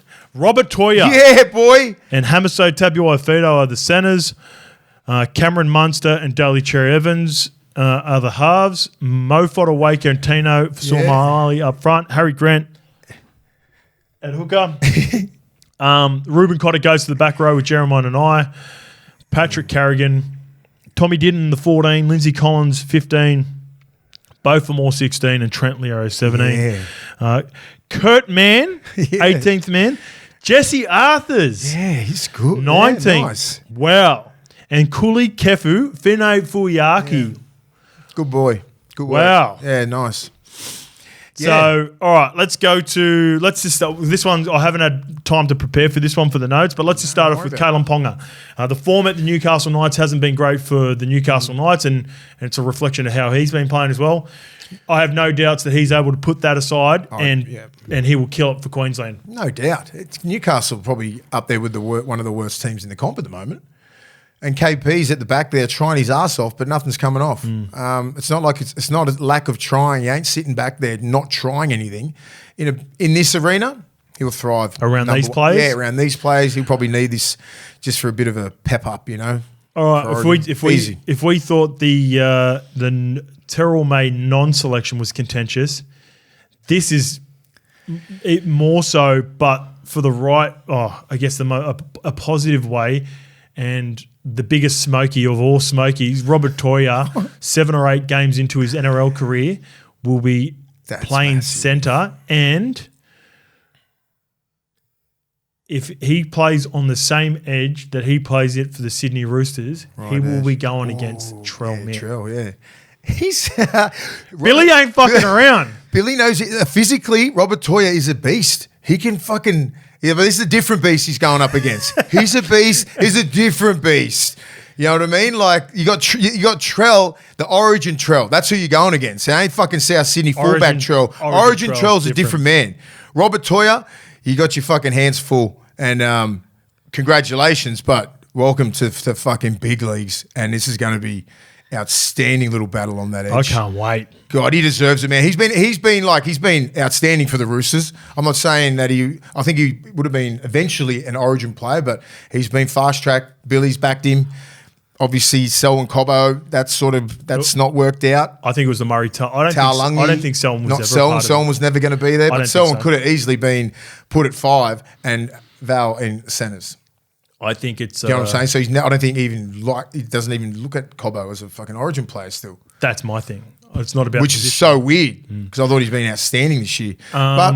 So I think it was the Murray Talangi injury that brought Robert Toia in and then forced Val out to the wing. Not forced, but moved Val out to the wing. He's the best winger still. He's one of the best wingers in the game. He'll do a job. Fuck, he's unreal. When I was checking the teams before, just waiting on the Instagram, Toia got Queenslander of the Week last week. When? Last week? Last week. Can you get that? Yeah, well, like the New South Wales do it every week. Oh, okay. Queensland do it every week. I thought the whole of Queensland. I didn't even know they did that. Yeah, so you got the Queensland. Must just be for their websites or social media. Yeah, or it's a social post, but you'd have to run that by someone, surely. That's a good point. You know what I mean? Yeah. Well, I reckon that'd I didn't know he was a Queenslander. Billy. I guess so. Billy runs it. I reckon I'd ask Billy who their Queenslander of the week is. Billy picks Queenslanders of the week, and he for carved sure. up against the Dolphins. It was that week. He did carve. He was fucking awesome in that game. Yeah. It's a huge call. Yeah, it is. Especially the one that he's going up against. He's going up against Terrell. That's big. And I obviously think he can handle it. He's what? Is he 8 games, 9 games into his career? I'll get it. We normally say you've got a welcome to first grade moment. Yeah, he is going to have a fucking welcome to Origin moment. Yeah. It's gonna be a lot. There's a lot of action down his edge. Are we expecting Xavier Coates to play his preferred position, left wing, with Hamiso Tabuai-Fidow, and Val will make the switch to help out Robert Toia on the right? Has to. Yeah, I think that's what it looks like. You wouldn't be swapping Xavier Coates on that left wing. He's outstanding, and he's jumping as well. That ability. I think he can. I think he can easily swap. I don't think it's a big deal. Who's a better defensive winger? But maybe Coates. Just to try and help him out. I reckon Val is an all-round better winger in every aspect. I think his defence, he's got a wedge. He's going to be wedging on Latrell heaps. There might be some joy for Toia off the back of it. Yeah. Like because he's going to be so fixated on stopping Latrell and helping Toia that you could have some... Dylan Edwards might have some joy too. It'd be Dylan Edwards, Dylan Edwards and Mitch Moses. 10 appearances, 3 tries, 3 try assists, 29 tackle breaks, 4 line breaks, 44 passing receipts, 93.6% tackle efficiency. Yeah, that's great. Average running meters 110. Yeah, he's a gun. He's a gun. It's too early for me. When's the last? I'll try and find it. Can you think of a player off the dome who's had less than 10 games? Less than 10, no. Not straight off. That's crazy. Less than Carrigan? 10 games. No. Did Carrigan? No, he was... Carrigan had a couple of seasons. That was the captaincy. Ben Teo played 8 games. Ben Teo did? Yeah. 2012. Ben Teo was done. Walshy had played... Nah. No. What? This is... No, Walshy hadn't played fresh. 7. Is that... I've got bad mail on that? No, Walshy was playing a shitload of games for the Warriors. He had a whole year there. Oh, yeah. It was the end of the season one, wasn't it? Yeah. 2021? No, in 2021, Game 2, Queensland. The worst Queensland side of all time. Did he play in that? No, because I remember. Or did he get called into camp and then he did his hammy? He did his hammy. Yeah, Gus was trying to pump the brakes because Gus was a part of Warriors at the time. And he's like, everyone chill out. Like, he's not ready for it yet, even though he's playing well at the Warriors. Correct. He was ultimately ruled out before kickoff due to injury. Yeah. Honourable mentions, 10. Izzy Folau, 10 games. That's right. Izzy went. Brad Fittler, obviously. Michael Jennings, 12 games with Penrith for New South Wales. Jenko was a problem. Some good names, man. Some good names there, Rob. Izzy's the biggest comparison, I reckon. I reckon Jenkins. Yeah. Michael Jennings. Similar players too. Yeah, they are. Yeah. He's like the right edge Michael Jennings. Yeah, he is, that's a good take. Yeah. Good luck, kid. Good on you, man. Luck. Well deserved. Congratulations. Put that Queensland jersey on. They fucking grow another 10 feet. So he'll be well looked after. So he's going to be looked after on the right edge by Daly Cherry Evans. There was mail that he was not going to be a part of the team. I think there were proper Queensland fake news mind games happening for a while. Ben Hunt comes out and he says, Kalen might not be the fullback. Munster might be going the fullback. And we were hearing multiple rumours that Ches wasn't going to be picked over Dearden. Or was it purely, did Ches do enough on Saturday night to fend off Tommy Dearden up in Townsville? Yeah, he did. He wasn't outstanding. Nah. He wasn't outstanding. He just got the win. He was okay. He just got the win. Yeah, That's he was it. okay. He does a job easily. He would do a job at any level, Daly Cherry Evans. Like, he's that fucking good. Origin's not big. Like, it's not a big enough moment, right? He's just at this stage in his career. That's your guy. He's there. If Ches wins this game, he plays the rest of the series. Yep. If he loses this game, Did it'll be his last Origin. Yeah. Yep. Yeah, I've said that all along. It's in Brisbane. Well, I thought that it was going to be done because of the fact that they got beat last year. I wonder where Ben Hunt would have fit into that team. That's what, if Ben Hunt doesn't get injured, that would have thrown the biggest spanner in the works. Because what do you do with Deed and then Deed and Cherry Evans comes into it? That's what I reckon. Because they would have went, thank fuck Hunty's injured, so I don't have to deal with that. That's what I reckon. What cleared it all out. As soon as Ben Hunt was there, Cherry's straight into 7. You would 100% rather have the headache of having all the your pieces available and then make the tough decision, then not having be limited. Because he didn't have to make a tough decision. He didn't. There was chat that Tommy was going to play over him and Kurt Mann was going to be the 14. So that was a decision. Lindsay's a big one. I thought one game and straight in, but he's done a job for him. But they're running out of middles. What other middles could have taken that spot? Who did we have? So we had guys. I had Fodawaker on the Tom bench. Gilbert threw a spanner in the works because we had Ruben Cotter up front. Ruben's now playing on the edge because not to say that he was a lock, but we were probably all assumed that Tom Gilbert would have been the back rower. I got Trent Liero home.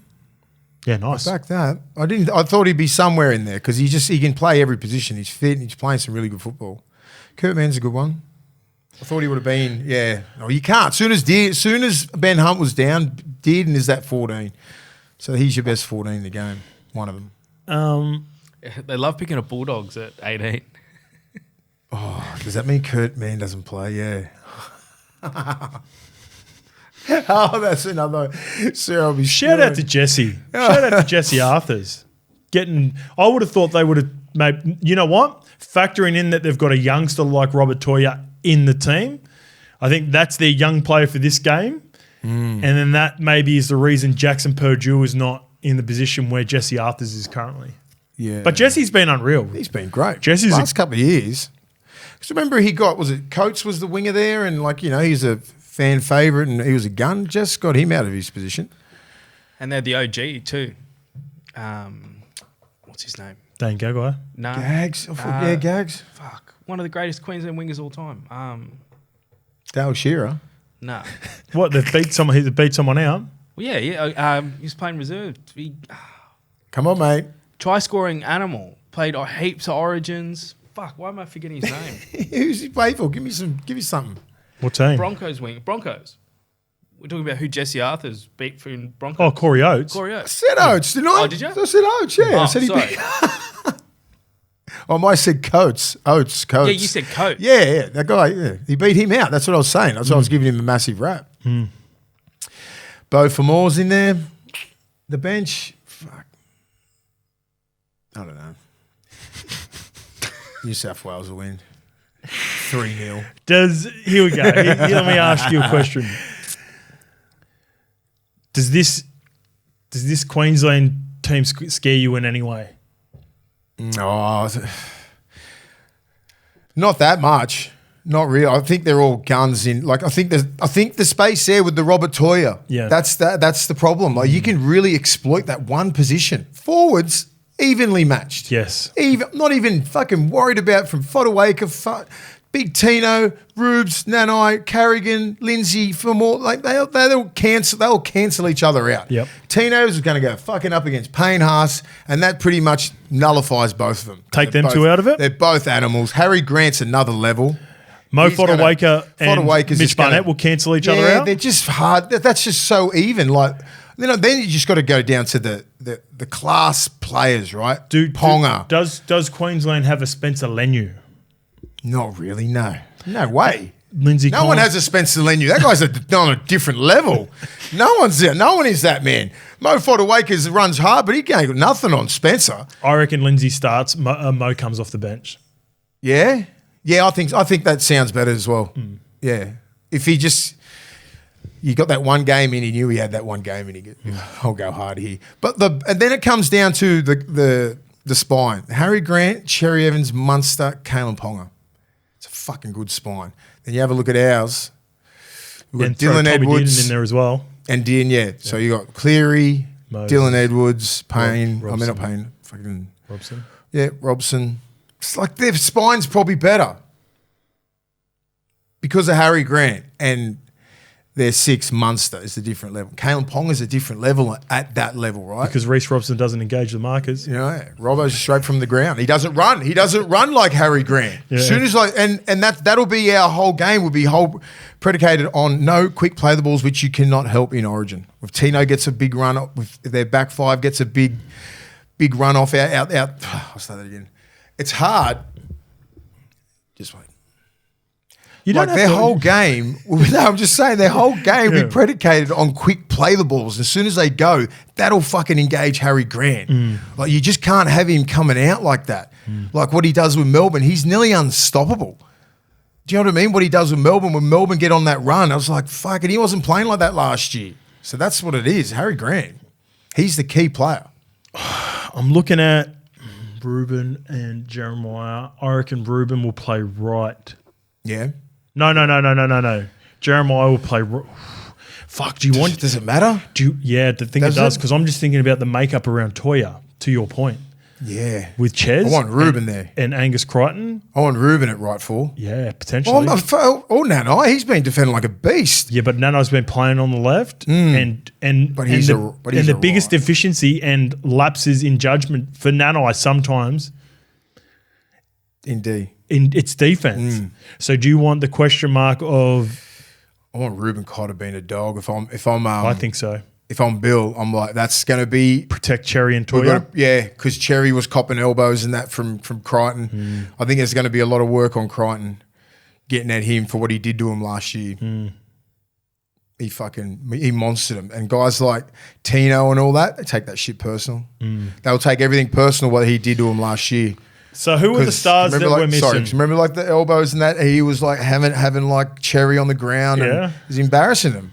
That doesn't go away, right? Suncorp. It fucking doesn't go away. In that fucking first game up at Suncorp, he's going to get a lot of attention from the inside. Ruben Cotter's got to be going harder. Big Tino, so you've got to be up for it. Paddy Carrigan. It's a team. That's a team. It's going to be good. It's a fucking hard game, man. Oh, I don't miss this shit. Yes, you do. Nah. Yes, you miss it heaps. Yeah. It's just so even. They're so evenly matched now. Yeah. Like you can't talk about it like when 15 years ago. But it's now. It's like you can't. I can't sit here and go, yeah, we're going to win this 2-1, whatever. I fucking will not be surprised if someone like with Queensland win, just because they just got that fucking X factor. Before we finish the segment, I'm going to cut to the tab odds as soon as the team. You got any predictions? Right now. We'll see if we'll have it. Remember this, and we can go back to the week before and see how much it changes. Right now, my gut feeling says New South Wales. At what? Pardon? What's your price? Oh, price. Oh, yeah, gotcha. All right, sweet. New South Wales would be, because it's at Suncorp, $1.70. Yeah. Queensland $2.10.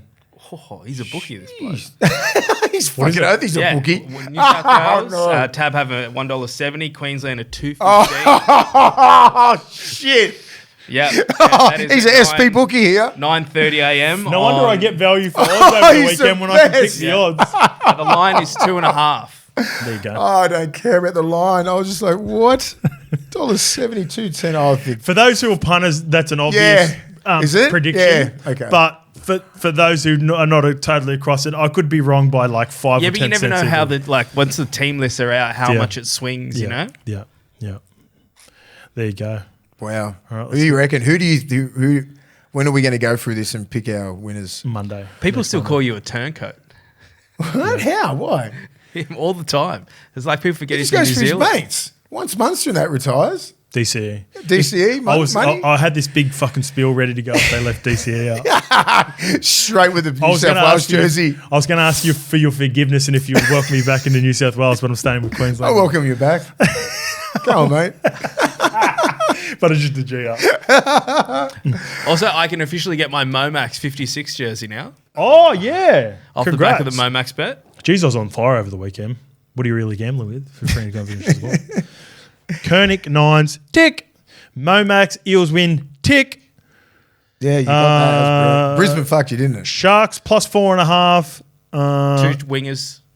Mulatalo, Coates. Coates was on fire. And I got, Ezra. Ezra straight away. What? My man. Then Sloaney. So, someone texted me as well. They had all 6 try scorers. Someone messaged me. Yeah, so he that goes, would have. so he didn't have the results of the teams. He just backed all 6. He had $5. He won like $1,800. Good. Yeah. So shout out to that too. Should I get his name? Give him a shout out. That's all right. Yeah, we'll leave it out there. But That's a good one, bud. I'll get the price. So what he got? By 18. Divide that by 18,000. No. It's not how. I'll show you. I'll tell you exactly. He's got the bet slip. Trust the scope. Yeah, we're on. He was on trust the the scope sometimes. Just Oh no, he didn't. What a weapon! What an absolute weapon! For some reason,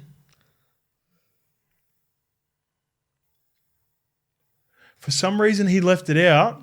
So he went Parramatta Eels, Zach Lomax, Mitch Moses, Sharks plus 4.5, Xavier Coates, Mulatalo, Ezra Mam, Tyrell Sloan. A lot of people chuck Dill into the Parramatta one as well. Like I saw heaps of people saying they also had Dill, Lomax. What'd you do? You went someone else as well, didn't you? Yeah, I had Dill. He didn't trust me. He added Yongi for value. Yeah, that's right. Yongi and Adokar. All right, let's get to the Eels 28 defeating the Knights 6. He won $1,700 off $5. that's nice. Eels 28 defeat the Knights 6. The Momax bet hits early, as I expected, with their 2 most influential players finally on the field together, mates. That's why I love the Eels. They'd shown signs separately, but now this is the first game together. And I just want to highlight the hit from Mitch Moses on the rookie Fletcher Hunt. I know he's a rookie. I know it's a winger. But Mitch doesn't do that a few years ago. That's the intent. He was hitting good. That's the intent he's got in his game. Yeah. And I remember A couple of little halves putting hits on him all weekend. even Ren got a little shot on beautiful Cookie. shot. But I was having a chat to him after the golf day, and we're just talking about his maturity and over the last couple of years, he's put a real focus into his defence. Yeah. And like I said, he wouldn't have done that 3 or 4 years ago. No, he had to. He's that's why he's playing Origin. 100%. Those little things, that's what selectors are looking at. That was the only thing in his game that was missing. He could tackle, right? But he wasn't a good defender, and he wasn't a hit. He hits you now. He goes after it. You spot him up. He's coming after you. Hits really clean, wins most tackles, and you can't spot him up. You can't spot Cleary up either. That's what you want in your team. DCE, when he's on DCE, he's an awful player to run at because he's strong as hell. Who's that? DCE. Oh, yeah. And Munster. Yeah. And all those halves, like Cooper Cronk, Joey, they were all hard to run at, man. And, it was good, man. But his hits were fucking solid. Yeah. I want to give Junior a rap. I thought Junior was excellent. I think there have been moments throughout the year where Junior has been really good, but the results haven't gone their way. You got to think about this. He loses his best mate in the off-season. Yeah. Reggie heads up to Gold Coast. Out of the pack, the veterans out of the pack that he's lost because Serrato's trying to bring in this new young brigade. Bryce Cartwright's still playing New South Wales Cup. Sean Lane is going through a tough period where he's considering retirement. Ryan Madison played his first game in 8 games. Despite how you may view those guys and how important you think they are to the team, that was his gang. That's his gang, and that's about 600 games worth of first grade. And he's been holding it down with the likes of Moretti, with the likes of Geimer, Dury, Tuavate, young Mata Ali on the weekend. Like, he's playing with a number of guys, Semrani.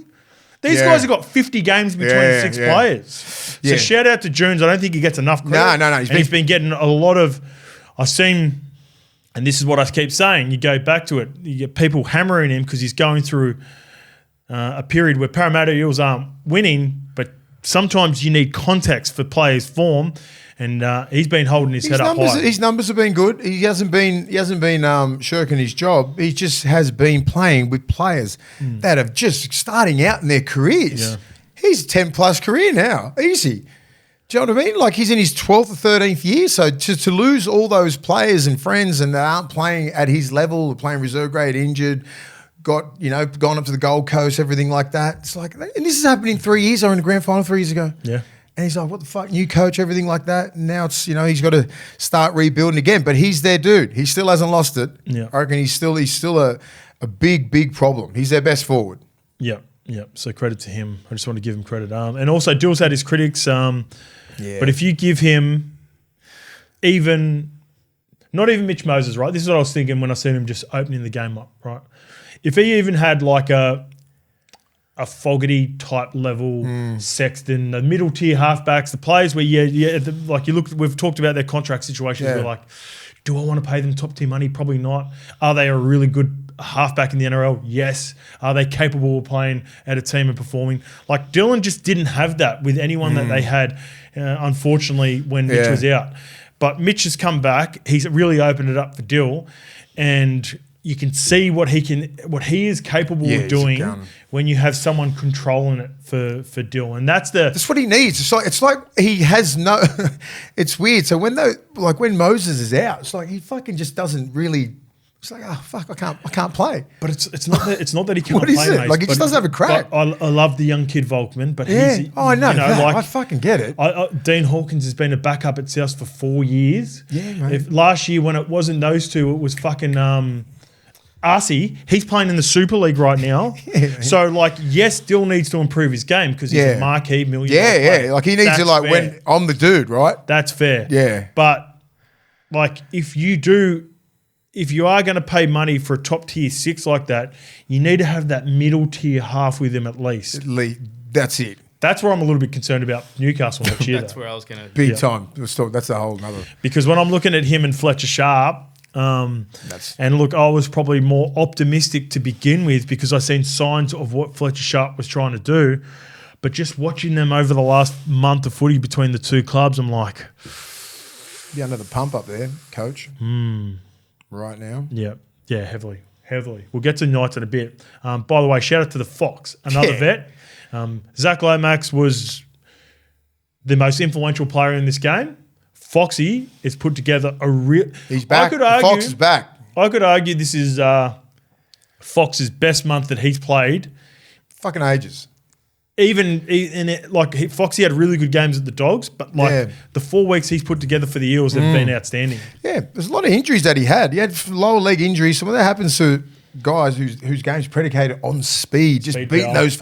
There's no one better than the Fox when he's in the clear. He is a beautiful sight. He moves like the best of them. One of the best finishers in the game. It's good to see him having fun and winning, because the most impressive part is his hard yards, though. Yeah, because he's got that. Because when he had a few little injuries at the Dogs, he couldn't power through. That's what I'm saying with Zach Lomax. When that happens, and he ain't as strong as Zach. Zach's fucking built he's so now he's got his speed back. He's play twos. He's finding his front. He's getting into space. Right, that's very important. He would have been far off fucking Origin call. If Zach Lomax didn't get through, I wouldn't have been surprised if you put Fox on the wing. How soon do Para tie him down? Because he's only got that 1 year contract. He needs a fucking whole year of this. He needs a couple more weeks. He's a he needs to carry us through the Origin period, basically. Yeah. We do have 2 buys. Very infectious.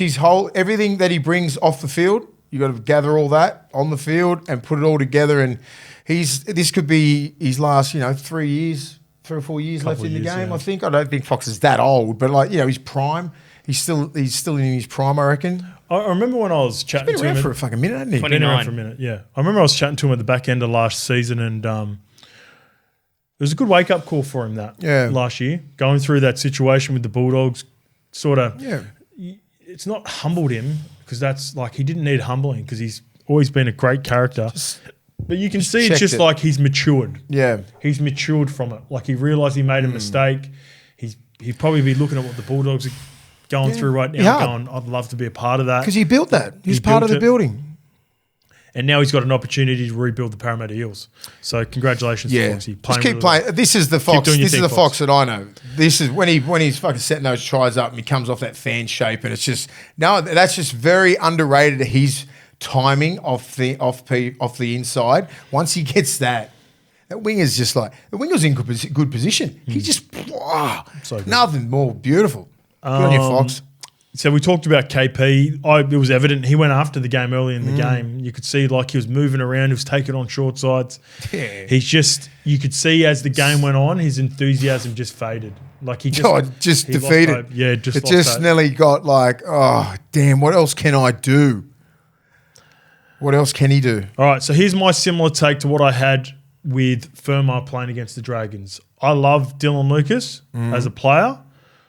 And he could definitely do a job, but with the way that the team's going currently, and it could be different now because Kalen Ponga's out and there could be a different shift for Fletcher Sharp, I would have left Dylan Lucas in the centres, in the back row, Fletcher Sharp to the centres, Gamble to 6 and Cogger at 7 for the better makeup of the team. I don't think the Cogger and Gamble experiment with Fletcher Sharp just isn't working. No. I think they might and I've been critical on Adam O'Brien about this for swapping and changing all the time. Be hard for him, dealing with that. Oh, imagine trying to find. You know what the biggest is doing his own heading. And look, you have fun about the Gamble thing, and look, I don't want to go into that anymore because we've gone into that. Just taking a piss. But I reckon the Hastings situation has been like this just big headache for them around there for like he's on such good money. He's clearly, without taking everything aside from what I've said before in the past, the best rugby league player to play halves for them. But it's the issues in the off-field stuff that has always surrounded Jackson that is causing this fucking cloud over the Newcastle Knights at the moment. Because he's even asked a question by the pressers. They're like, at what point are you going to – everyone knows about the situation with Hastings. Everyone understands that he's hard work in the playing group and there might not be people that get along with him. But if he is not your best option, what is happening? So it's not an easy fix. It's not an easy fix there at the Newcastle Knights. Because they've got so much talent and they're just not getting utilised. It's very frustrating to watch that team. Because I see Bradman Best and Gags and all these other players and Saifides and everyone working so hard. And then just like end of sets. What is that? You know what I mean? You get someone out of fucking the Tui's Cup to play 7 up there and do what he does. Do you know what I mean? It's not testing anything. It doesn't just I don't know. I wouldn't know what to do if I was Adam O'Brien. I think there's going to be some big changes up there, coaching-wise. There has to be, mate. Someone's got to make some really hard... I wrote this on Someone's Saturday got to make morning. some decisions, mate. Some big decisions. I wrote this on Saturday morning thinking that we might have had some Adam O'Brien news. Because you know why I thought Monday? Origin cycle. Get it mixed up in the wash. It could be this week, but... Yeah, it could be. That's the mail I got as well. Not good news. So look who the nuke. So right, let me get the draw. Who's out there? Have to be in-house for now. There's an interim. Yeah. And they've got the gun that's the backup coach, or is he too close to the system? Who Greeny? Yeah. I'm not too sure. I don't know. Yeah, if they would have to go someone interim if they were to make a huge decision like that. So in the last 2 weeks, they have lost after leading to the Gold Coast Titans, who are in 16th position. They were winning 20-0 and they lost 24-20. And then they lost to the 17th place Parramatta Eels 28-6, and they're currently in 15th. Yeah, that's not good. After the week before, then they just pumped South. It's weird. Yeah, they did, but South are missing. Oh no, they had no Latrell, everybody out, no Cody Walker, no Jack White. Yeah, so we didn't even look at that game as a. But that was disappointing that they didn't go on with that. Yeah, it should have been 60. It was like they were winning 24-0 after about 15 minutes, and then they won 30-6 or some shit. Yeah. Apparently, his contract has a performance-based clause for 27. Yeah, I'm hearing there's not going to be 27. But 2027. That's too far away. Yeah, Jesus. Yeah, he just signed. He signed like he's the longest tenured coach up there. I think. Yeah, his contract's until the end of 27. That's the thing. Wow. They just pay you out. It's a $2 million payout. Oh, he'd be taking that. Ballpark. See you later. Imagine that. Just give you $2 million, no more stress. Just go and relax for a couple, and then just get on the coaching carousel. This is from 24th of April. Well, that's not that long ago. Coaching carousel, go do fucking New Guinea or something. Yeah, that's a week ago. That's reported. That's a show. Fuck, you could just carry on us. No, you take your $2 million and NRL go become 360. assistant coach. $2 million. Take $2 million and just relax. Because you come through mad systems. Yeah, he can coach, man. It's just like he's been given like just a real that spine up there is fucking all over the shop. All right, the Bulldogs 24 defeat the Roosters 20. I just wrote down the belief in the system for this team is incredible. Like last week, I thought was a good performance, and I know it was a bigger deficit against a better team, but the conditions and the momentum, you could just see that they were coming the whole time. The Roosters, I thought, were better than the Raiders last week. They offered more. They were in the fight still, and the conditions were just horrendous for a come-from-behind victory. Like I was looking at the patience that they showed, Mace, was unbelievable. I said to Ciro, I said, what do you say to him at half time? It's like that Al Pacino one on Any Given Sunday. So you saying that for at half time every single week? Interesting. They just need a little bit of a break, and then they go out there and the belief, as you said, the belief in the system and the culture that they're building and their love for fucking each other. They're just a proper brotherhood there, man. They just go out there and just non-stop. I was just like, how are they going to get fucking through this one again? You know, and I was like, the Roosters are on. They're on. They were on. They were on for this game. They were on. They were up for it, and I was just like, it's going to be a fucking hard game. We always said that. But they end up getting it back. I was just like, how? Did the Roosters lose the game or did we win the game? There were some moments. Sandon Smith's a funny one. There was moments where I was watching that game and some of the plays he come up with where I'm like, fuck, man, Sandon Smith could be a good half. There was a couple of errors that he made. The intercept. The intercept when they looked like scoring straight away in the second half, and then he made an error later on in the second half right at the death on the left-hand side as well. It's like, when the game's on the line. Game's on the line. Yeah. We'll get to the Roosters in a bit. I just want to talk more on the Bulldogs. I love the move, and you'd know this. Joey would I wrote Uncle Joey would be frothing this shape. Bailey Hayward starts on A, takes him down inside, and just left Lindsay Collins grasping for air. I know it's Lindsay's first game back. Don't matter. He got him good. That was so good. Bailey Hayward, for me, is a target for Perth. Yeah. He has to be. He's got to be. I mean, he's a local boy. We'll give him a massive rap last week, but he just keeps getting better. What position is he? I don't know. He's like, I reckon, a lock. I reckon if you're Perth, you just buy him and then you figure out other positions around him. 7, 6, 9, 13, that try 14. was ridiculous. Silky. Play inside, go outside. Oh, good. Oh, it was perfect for it. They just ripped in. Even like the bench. I was worried about our depth. And Talk to me about Lipoi Hopoi. Hopoi comes in. He's just a local junior, I think. Just rips in. He's a goer. Smith, the other, was his name? Oh, fuck. Luke Smith? Luke Smith. Is it Luke Smith? Been in there. Yeah, Luke Smith. I just call him Smitty all the time, but he's been in there. I said, is that Luke Smith? I said, fuck. Just Smitty all the time. I've known, and he's been in the system for a couple of years. Like, fuck, he's just been working his ass off. Had a bad injury at the start of this year, but he's just an animal, man. He just works hard. Works really hard. And Hopoi they just got some really good kids. Harry Hayes, it's just Bulldog-esque players. The thing, right? You know, like, and I was like, when I was watching the game, I was like, there were some good moments, like good tries. You know, the Bailey Hayward step. Puts Kiko over. Burton scores the game winner. What's his name? Bronson Sherry. You know, he gets the try. Yeah. I was like, no one is really like. It's not anyone, Critter, Karaz, like no one's really having like a wow of a game. Just everyone's having 7.5 out of 10. Everyone's just doing their job. Yeah. And that's what they preach, man. Everyone, that your minimum should be 7 out of 10. And then a couple of players might be an 8 or 9. Yeah.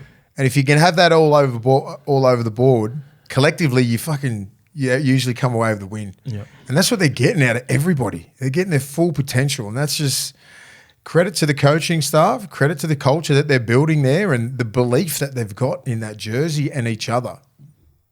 That's what it is. All right, let's get to potential. There's no way, like 20-0 last week and then 14-0 against the Roosters who were up for it. The start of the game when Leniu went fucking mental, I was like, how does Max King stay on?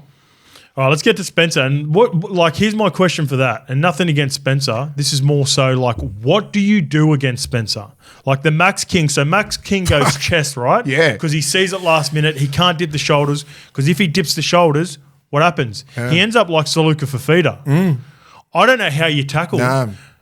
I don't know how you tackle Spencer Leniu off the kickoff when he's running in that fashion, unless you're able to, Mace, and this is the way you protect yourself as a defender, dip the shoulder barge into the shoulder. That's the only way he used to take care. Just, you know who reminds me? Like Marco Mealy, the ogre, used to run and he used to put a hit on you with the ball because they're really low center of gravity and then they go from this to driving through and their shoulders hit you in the fucking head. And he's knocked more players out than I've ever seen, Ogre. Yeah, Ogre. Because he was like, he was built like that, but not the leg speed of a Spencer Leniu and footwork. But he used to run like that. He was quicker than you think, real low center of gravity, and then because he could just say in the gym, he couldn't bench fuck all, right? Yeah, you've always said just 120, 130 kilo when everyone's doing it way more, but he's deadlifting like 280. Like he's that power. He's crazy. He's squatting like fucking over 200 kilos. Okay. Just that real strength. And he knew what he was doing, Ogre. Yeah. He'd know that he'd send it and then people would be trying to chest it. And he'd be putting a hit on you and he'd know he's trying to knock you out. Ogre's trying to knock you out.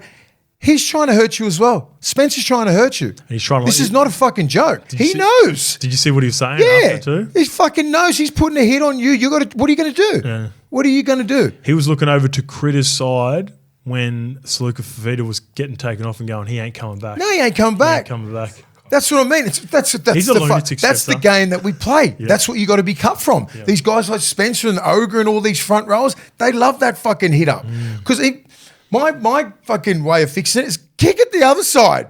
Kick away. Wherever Spencer is, kick it to the fucking 100%. Other prop, please. Yeah. For the sake of our middles. He is a destructive wrecking ball. Yeah. He wants that hit up. So he sets the tone. And like when I said at the start of the year, he needs to rise to the Hargraves level, he fucking has. Okay. In the last couple of weeks. Errors, I know, a couple of errors, but like the way he's setting the tone for the game, he's there now. He's a starter. At the start of the year, he wasn't used to it. Now he's popping out 25, 30 minutes. Easy. But he's still got those errors in him. It's like he gets too fired up. He's too fired up. He's crazy. Yeah. Right? Just, beautiful run and everything. Next minute, what's the next thing? Play the ball properly. Yeah. That's all it is. Yeah. But doesn't matter. He's already set the tone. Max King's on fucking skates, right? And then he gets him, tackles him, and he's got him again. Max King did fucking very well to even stay on the field without upstairs going, he's rattled, get him off. He fucking should have been taken off. Yeah, and I'm just like, we both were on a chat. We're like, Max ain't good, and I think whose responsibility is that? Independent doctor. Yeah. Well, he didn't fucking care, did he? But what do you do? I know what you do with like Spencer. First of all, you don't kick it to him, and you've got to go. You got to be a certain body type to tackle him. Yeah. You got to be a Victor Radley or someone who can dip and go under. Spencer is there. These are different. I knew they were different levels. This is why you hate this chair, eh? You always swap chairs on me. I didn't swap. Spencer is the reverse Nathan Brown. You want to kick to Nathan Brown and pump him off the kickoff. Yeah, I'll be like this. I said, look, I'd say to Ciro, look, I know we want to like jam him in the right corner, but he's knocking everyone out. Yeah. He's cleaning everyone out. Yeah. Can we go that way? Kick the other way. Or even if you just go straight. Kick on the other side too. Just away from that human, mate. He's on another level. There's no one like Spencer Leniu when you go, everyone's going to have a choice. No. Spencer Leniu's in a fucking category on his own. This year. Do not fuck with me. League, yeah. Kick off, Yeah, do not kick to me. Yeah. Do not kick. Smash cage in case you kick to him. Do not kick. You need to fucking right. Where is he? Kick the opposite way. Birdo. Hey, Birdo. Kick that way. Hey, Spencer's on one. Just here's a little low key IQ play from Sandon Smith. So you know when he takes that sort of intercept from Crichton when he put that little kick in. You know what I loved? When he ducked in, when he just dove early? Dove? Yeah. And from what I mean by that, and I know you know straight away, but off the back of that, there was I wouldn't even say 50-50, maybe a 30-70 chance he goes towards the corner and he makes it. Yeah. But the 70% chance is he gets taken out. What he also did by diving early is didn't allow Critter to knock the ball from behind as well. That was smart. That was very smart. That was a fucking really good play. Yeah. They end up going 6 again, penalty, try. Yeah. Straight after that play where he could have fucked it, but he did make 2 crucial errors. I'm starting to warm to Sam. I like him.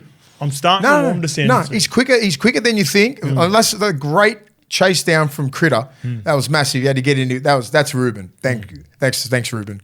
He had to get up and out of his seat, and he was pumping him. So I like Sanders Smith. He's the guy I think that can partner Sam Walker.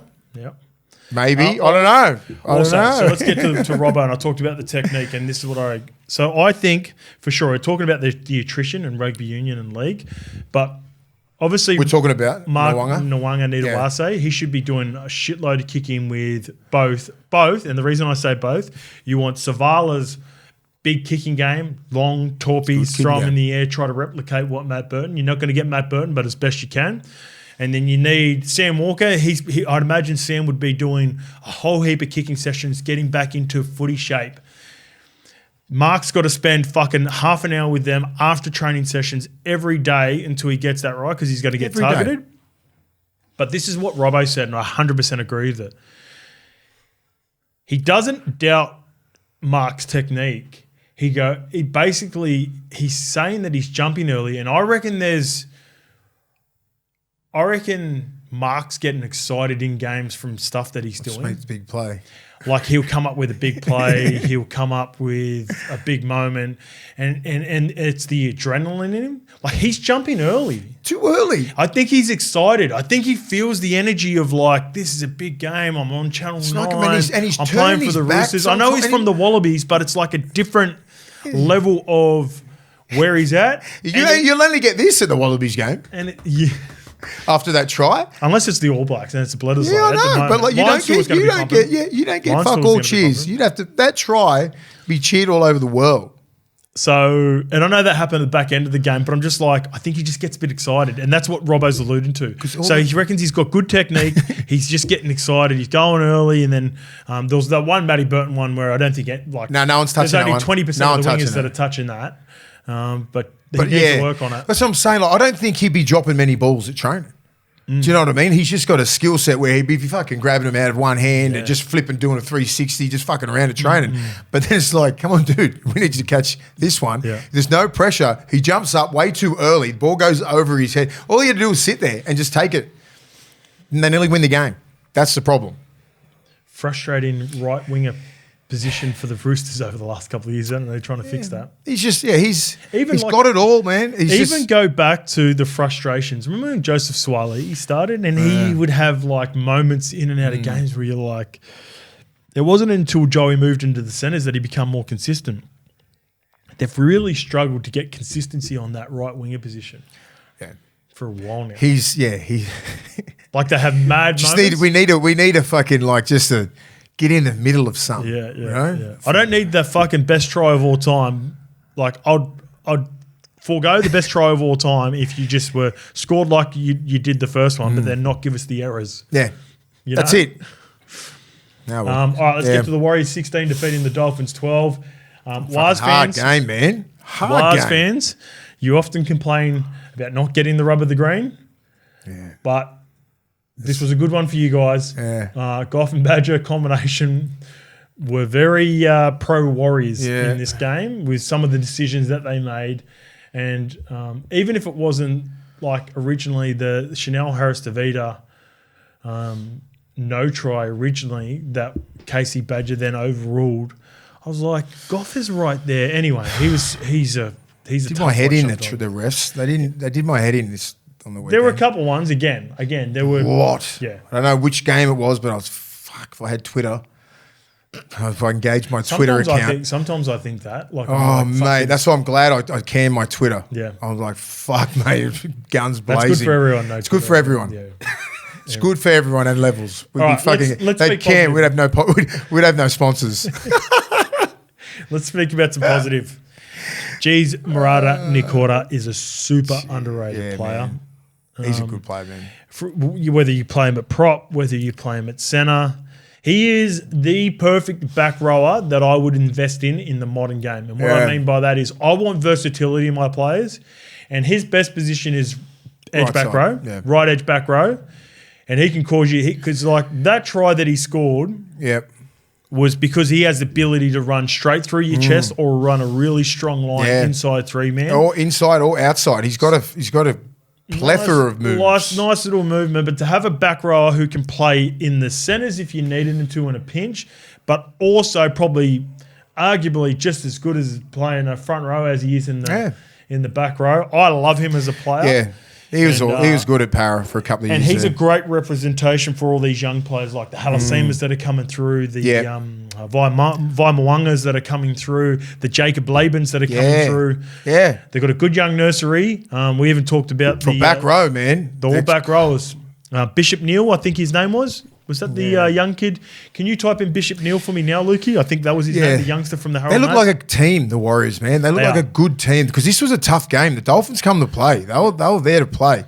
Very. He's the MVP in Harold Matts. Yeah, that's in Bishop Neal, correct. Yeah, so good young crop coming through, but Marata, a great representation. Marata and Kurt Capewell. Kerber, yeah. But the other, Leka Halasima on that left edge, he looks dangerous. He only probably had one little mistake at the end there. That was about it. But most of the time, he looks like he's nearly breaking tackles. He can offload most of the time. Good left arm carry. Big minutes all the time. Yeah, he's quality. He's quality minutes. Very quality. And I hated the knock on that was missed that led to the eventual try. But fuck the skill set from Metcalf. And the part that I loved about the Metcalf try was he really wanted that space in behind the ruck, and I think it was Josh Kerr who was struggling to get back onside. So we had Chance Nickel-Klogstad and potentially maybe even, I know there was one more, maybe it was Harris DeVita, that were just humming on the inside and looked like it was going to be an inside ball.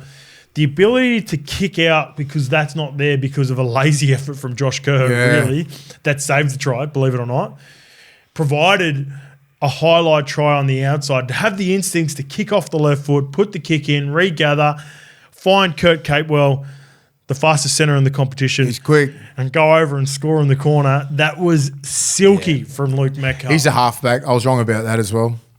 He's definitely a halfback. I think he can play 7-6, put him at fullback. He can just play, but like he's getting coached well at halfback. He knows his role now, so he can just play. But he's really like nailing at halfback now.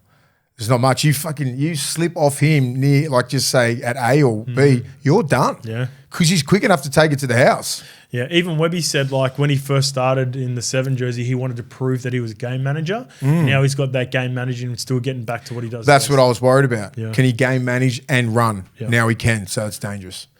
Well, congratulations, you're welcome, to Warriors fans, because we sparked up Luke Metcalf and Kirk Capewell for you guys. Got you. You're welcome. One part again, you know how I love Webby's one of my.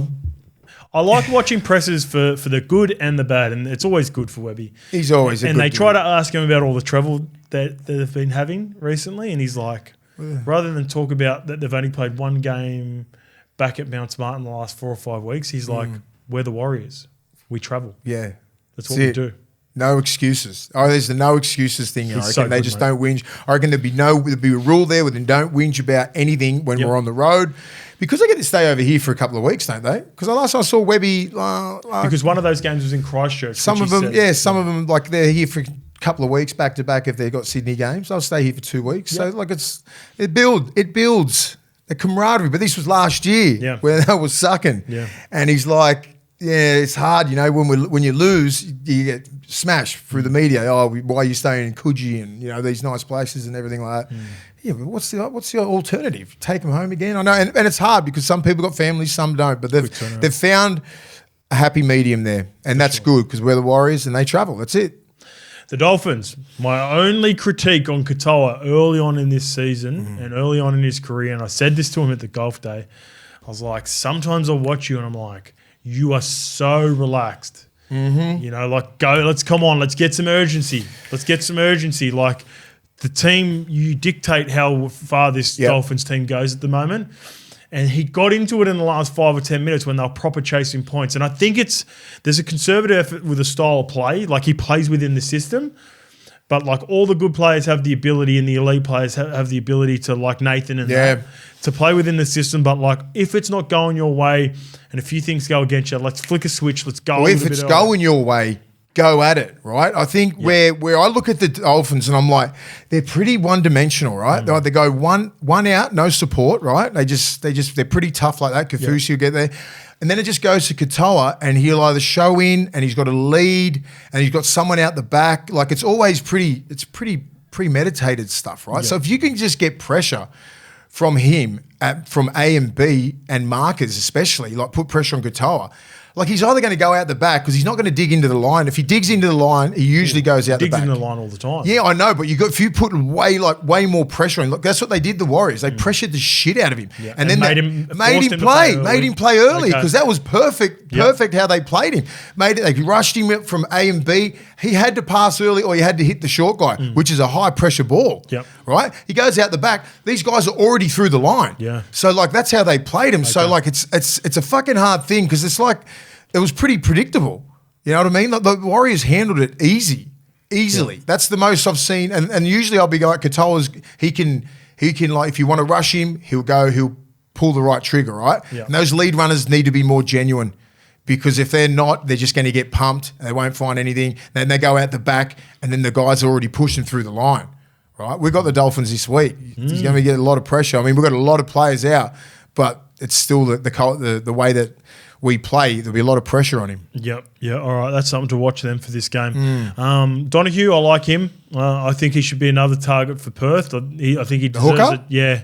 He hits hard, man. He deserves a chance to start somewhere. He's a similar player. They've got Jeremy Marshall-King and they've got Max Plath.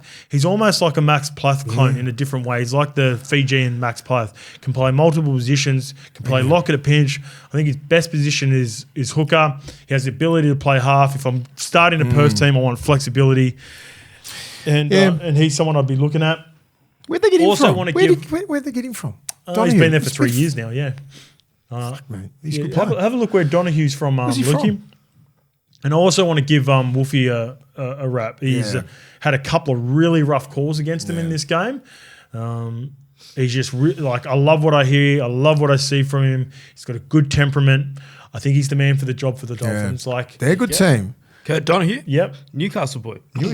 So even like the Dolphins, they only just got beat, right? And a couple of really bad calls. You're talking about the Warriors are coming, second? Yep. Outright second. That's a fucking very good team. So the Dolphins are a good team.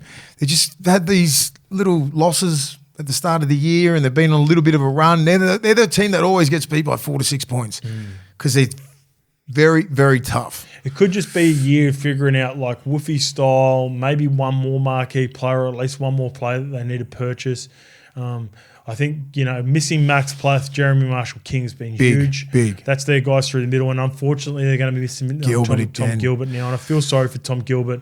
He's not only a huge loss for the Dolphins, I reckon he would have been a part of the Queensland team. It had to be. And I don't think you can replicate that aggression. I think he would have been the right edge protecting Cherry and going after Latrell. Yeah. And he's going to be a huge loss. Peck as well. Just got him on an outboard, didn't he? That was that line from Nikora. Yeah, beautiful. It was just a little outboard, made him stretch. Yep. Seagulls 24 defeat the Cowboys 6. I just wanted to start off with, I think Jakey needs a decent spell. Not even as an ex-teammate, as a friend, just as even if I was neutral watching that. I found that was big. That was a really hard watch just in general, and I really felt sympathetic, and I don't know how Tom and Ben were able to sort of get on with the game because you could see and go, that's done. The concern on Tom's face when he was sort of like shaking like he was. It was like getting a right hook from fucking Tyson. Oh, that was a tough watch, man. And I know Steve said after the game they're going to look after him. Man, that's a minimum, 4 weeks minimum. And I'd be looking at even 6 weeks. I'd hope so. Yeah. But I bet it's not. It has to be, mate. Yeah. He got knocked out against St George about 3 or 4 weeks ago, missed a week. He had that really, people forget about this. Remember the hit on Jared Royer-Hargraves or Lindsay Collins? That was all this year. That was in the finals last year, week 1 of the finals. So Jakey's had put together 3 in the last 9 months. Yeah, I forgot. That was bad. And he's too tough for his own good, but he needs to be looked after here because. No, I'm all for it, mate. I just think I hope it's 4 weeks minimum, but I'd even say 6 weeks after that because whose call's that, bro? Whose call? That's Siebes in the Manly club. Yeah, okay. Medical look stuff. After him. Let's look after him. He's at the pinnacle. He's at the twilight of his career. He doesn't need. And you know, like Tom, and I was talking about him with like the selfless act of making the decision. The body's not quite ready for Origin. I reckon a percentage of it is like his concern for Jakey as well, and also Jakey not being part of the squad, and like weighing everything up and putting that in decision to say, "Hey, Loz, I'm not ready for this right now. I want to look after Jakey, be back, the family. You know how close, tight-knit they are." Is it Boyd Cordner areas? Yeah, it's getting there. Because he was 7 months. It's the type of knockout, decision. Right? It's the type of he's the 3 that you said with the Hargraves one and everything, like within 9 months, they're like fucking proper knockouts, like out. You know, like not just I'm a little bit rattled. And he plays the game too tough, and he's too tough for his own good. So I hope they look after him, and they will. There's no, you can't watch that. You can't watch that whether you're a Manly fan and you're one-eyed Manly, or you're neutral, or you're even going for the Cowboys and not feel sympathetic towards Jakey and making sure he gets right. I thought Turbo, it's probably the best he's looked physically. And I sort of wrote, because I wrote this down after the game. I said I would not risk him, but I thought Laurie would pick him, and then that was after I found out that maybe they had the conversation. Through Turbo reaching out. Would have been after. I reckon. Was that Super Saturday, Sunday? I reckon. It was a Saturday 5:30 game. After the game, mid-afternoon, I reckon they would have had a conversation. How are you feeling? Nah, not it. I thought Ben's really come into his own. Ben Trbojevic. Yeah, he had a good game. He's killing it. He had a cracker. He's been getting better and better and better every game. He was starting to perform last year. He had dipped a couple at the start of the year. I think, mate, I'm telling you, they're going to be good, mate. They're that close to this family. I think it just when Ben sees Tom in the lineup, I think he just he's the little brother, man. It's the big bros in the team. Yeah, when he sees Jakey. You know, so it's like Jakey. So like when I don't know if you noticed when Jake was on the ground and Tom was sitting there and he was super concerned. I watched something else because it nearly fucking made me cry. Well, Ben come walking over and Tom jumped up and told put him there. He didn't want to see him like that. Away, I saw that bit and I went, nah, I'm not watching this. Ches and Mole were good without being great.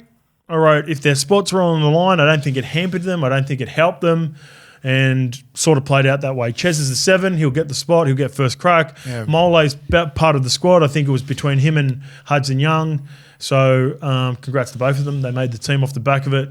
It was a weird game. Like Cowboys, man. I was sort of thinking that the Cowboys were the better team. Same. But then they kicked away, scored a couple of tries. Put the Cowboys 23 minutes in, and this is the progression, and this is how much Drinky's improved, and this is a shout-out despite the loss. So they make a break down the right edge. He makes a beautiful one-on-one tackle on Jason Saab.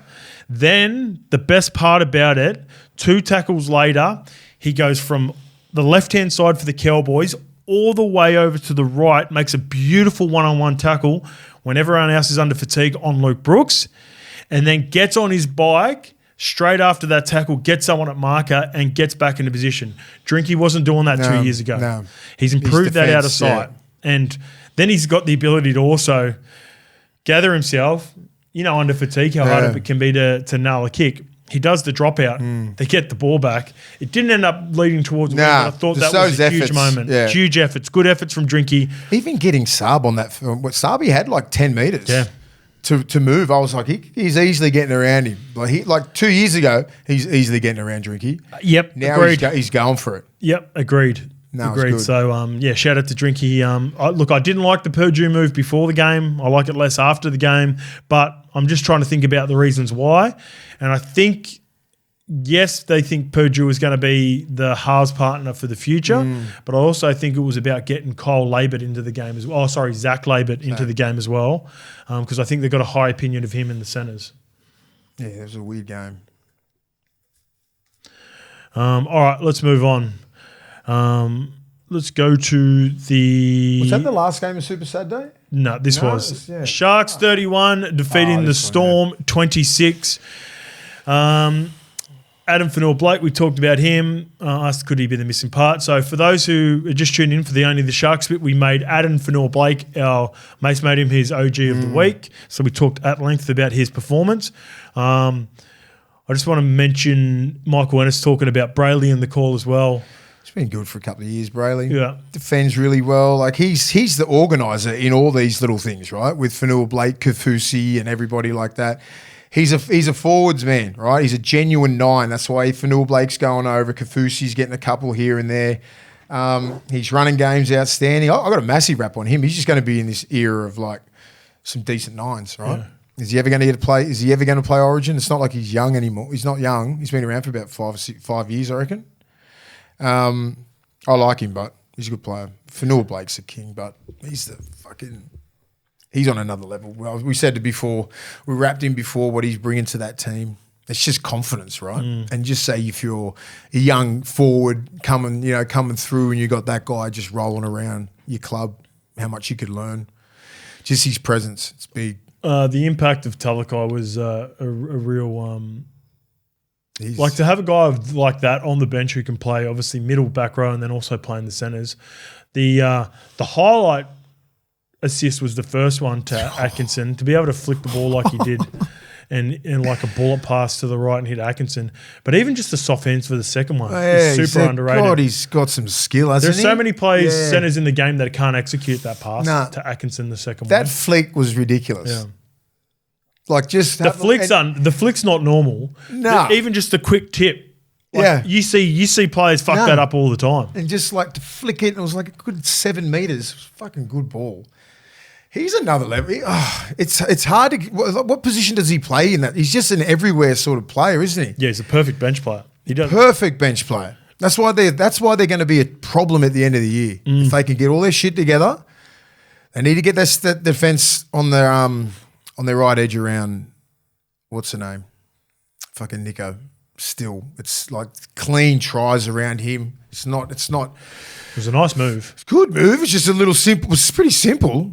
Right? Yeah, I'm just saying. Just he's wherever they score, it's usually around him, right? On that 3-man. They had a cut. Well, the other two were on Talakai, were on the opposite edge, and the other one was coached through the air. Yeah, that was like they did the reversey block. Yeah, I know it was out. That's something that you practice at training. That's like BK and remember they used to do that with Matt Gidley and Ben Kennedy with Joey Johns.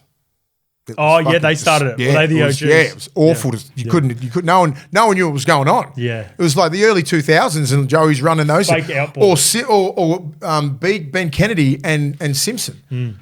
Just like one's going out and then one comes off Joey's hip. Yeah, it's like it's nearly unbeatable. They played at Parramatta in 2001. That was the move that they were getting him all the time. Yeah, that's right. And JT. But like.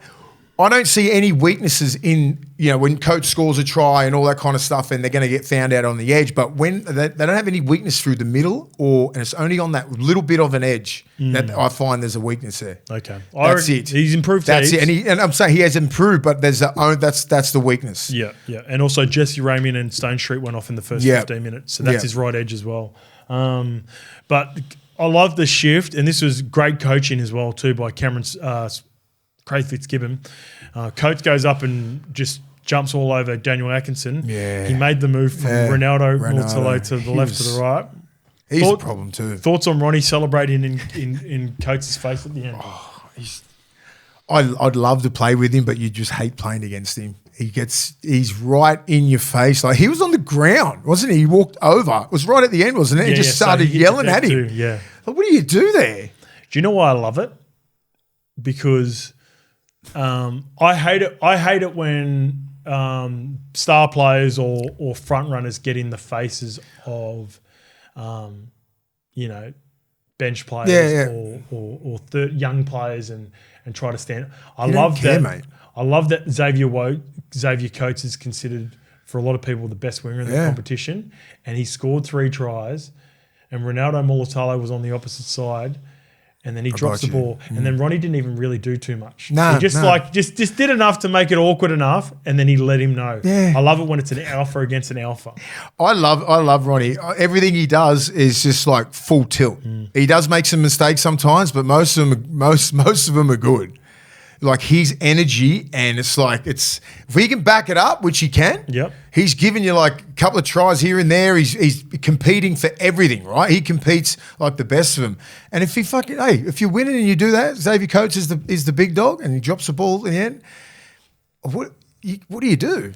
Well, you put that in the memory bank. Well, you do, of course. You live and die by the sword. Of course you do. Yep. He's going to get it next time, right? It's going to be an aerial attack, and I think, if Coates is about it, he's going to try and get that back. It's not because he didn't even know it was happening. It's not his personality. No, it's not. He's a non-confrontational gun. Who was the one that come in? Was it Pappy? Was it Pappy? He was like, what are you fucking doing? Pappy's not really that. That's not his personality as well. None of their personality. No. Because it was so unexpected. I was like, what's going on here? He's hammering Coates for dropping the ball. Do you know who would love to get some back on behalf of Coates, because just Coates ain't that guy, even though he's a gun? Will Warbrick would love to get some Ronaldo Mulatalo if they get the opportunity in about 4 or 5 weeks. I reckon he's the sort of player that would go. He'd get in, yeah.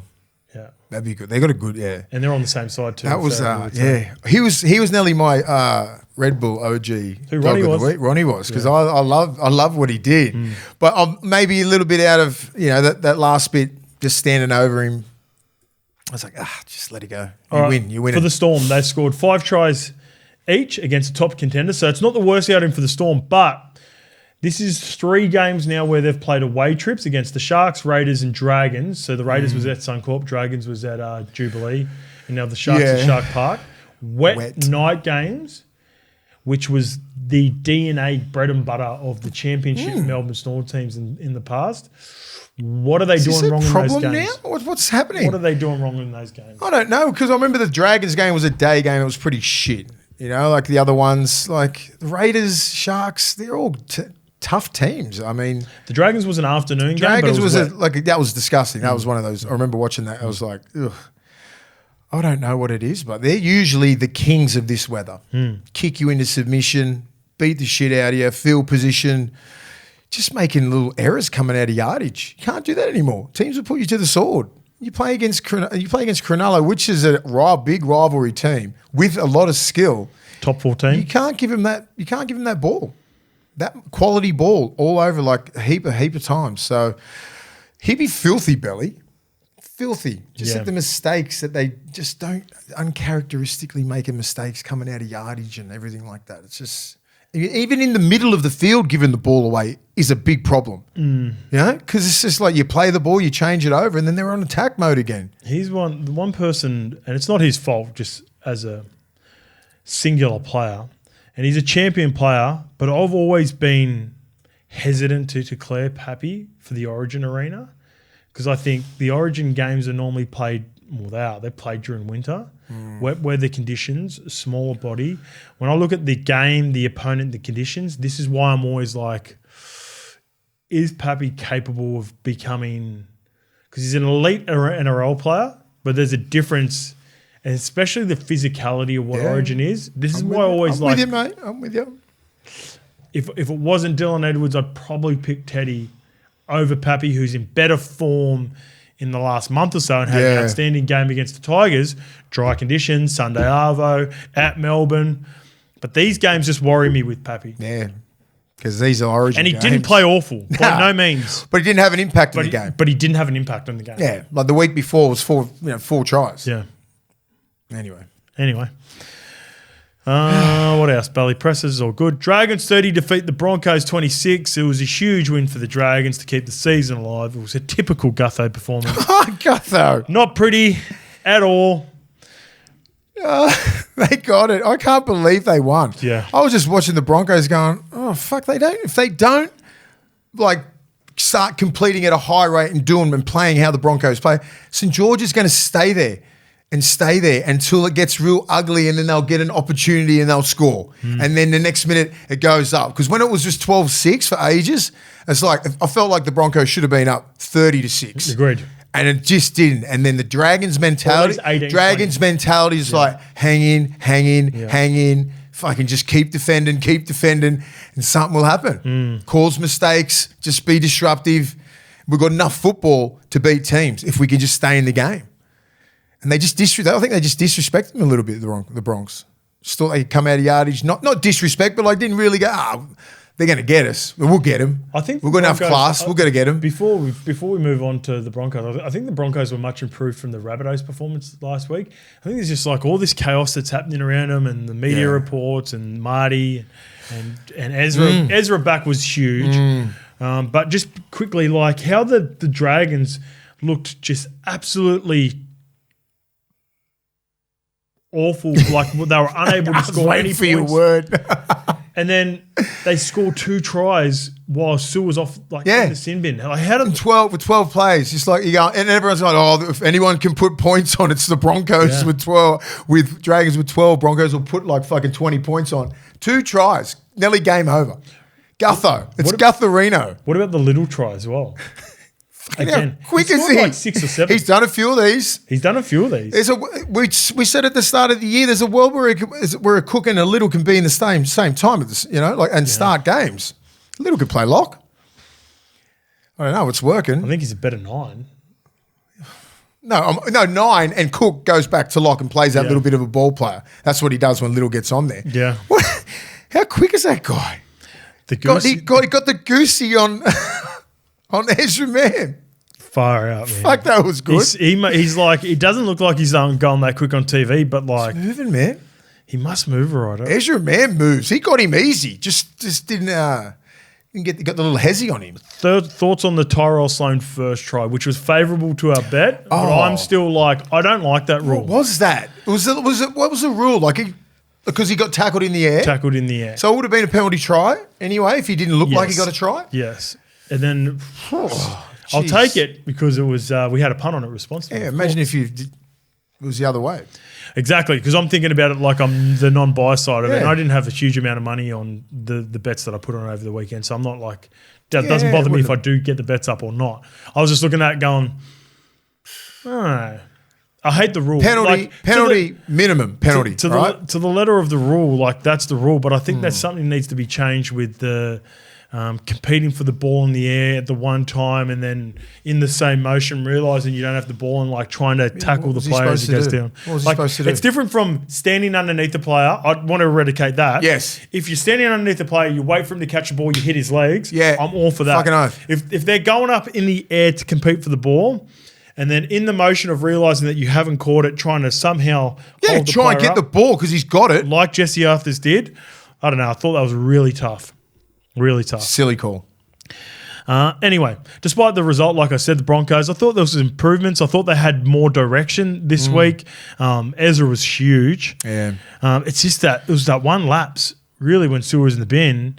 And the one part of I hate when coaches, I hate it, go for the 2 points, and I know it put them to either 6 or 8 up, but I hate it when coaches go for the 2 points when you've just got to play sent to the bin. Because if you can go on and if you can score points and you can apply that pressure, I think that not only, even if it doesn't lead directly to points, like even if you do not score, it's fine. It's the fatigue you put in that team under because it normally takes a minute to kick the goal as well. So you're taking a minute off the 10 minutes. 100%. I wouldn't have done that. Also, not applying the pressure. It was like they were nullifying what the Dragons just did. Yeah. Plays before because they took the goal and then they took the goal. They can't really, like, their edge back rolls are not getting the ball enough. Like Payne Haas and Carrigan are getting so much work. It's like where even Hetherington starts and he probably gets the ball 10 times and he plays like 60 minutes. I'm like, the back rolls need to get the ball a little bit more. Well, here's my solution for it. Don't know how I agree, happening. but I've got them look at my last note there. I said they are doing so much. I think it's time for Madge. He's got to bite the bullet, paddy back the lock, put another someone up front, and you've got to put Piakura to the edge back row. because it allows you to bring Willison off the bench. And I think they need a point of difference coming off the bench. I think that's what they're lacking at the moment. You can start Jensen. Start Hetherington with Payne Haas. It doesn't matter. You just need Carrigan not doing play twos where he's just running into 3 or 4 blokes. Like I Carrigan can do that at any level, but he's a better player at lock when he's on the 3rd or 4th hit up. Agreed. And he can get a little bit wider. He can get on the back of a block shape. Payne Haas gets the ball, someone runs the block, gets a ball to him. I don't know. He's just a lot more dangerous there. He can mix it up. He can be jamming in behind the ruck, or he can get a wide ball, but he doesn't have to just be doing those play twos and play threes all the time. But yeah, I think he needs to. And then he can get his back rows involved. Like Paddy's got a nice little short ball when he's hooked up with Jordan Ricky on that right side, Pia Kura on the left. I think Ezra will definitely bring the back rolls into play more so than they have this year. Yeah, I think so as You well. can see the see the opportunities he had for, I think it was Willison. Shibasaki scored the first try, but back rolls can be around him. And then even when he moves to the right edge, he scored the try on the right edge, but that can open it up for Ricky as well. And like in the break, Ezra was huge. It was a good performance. I hated what he did. There's no doubt. I hope he's learned from his lessons and can finish not only the season strong, but his life and learn from that. But his movements in the ball, in the air, out the back of shape are the best. And he just sent a reminder. What do you do?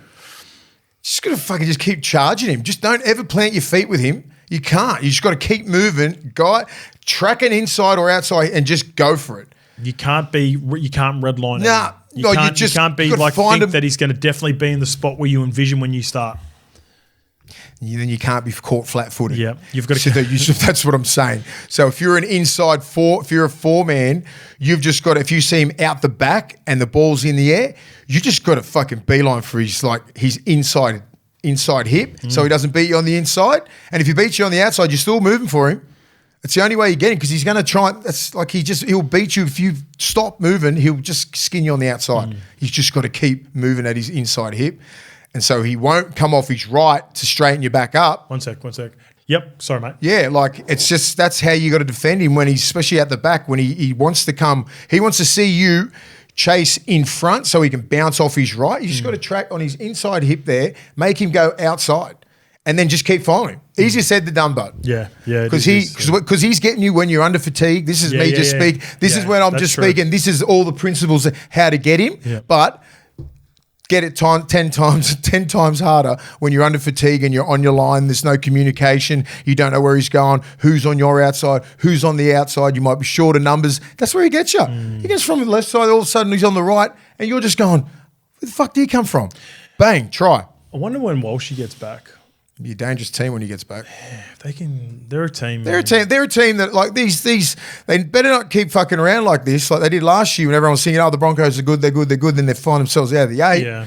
I'm not expecting that. I'm expecting the Bronx to keep winning, just keep learning, building combinations, and then they're going to be a problem once Walshy comes back, and Selwyn's going to be on. Not Selwyn. Ezra is going to be on a bit of a mission. Benny Hunt back to hooker if he can get back from the hammy. 4 to 6 weeks he was looking at when he got injured. Okay, so probably a couple more weeks left. Yeah, he's a knee injury. The Raiders 40 defeat the Titans 24. Good bounce back game for the Raiders. Should have been more. Fogarty missing a couple of kicks. Yeah, it would have been 50s. He kicked 4 from 8. Yuck.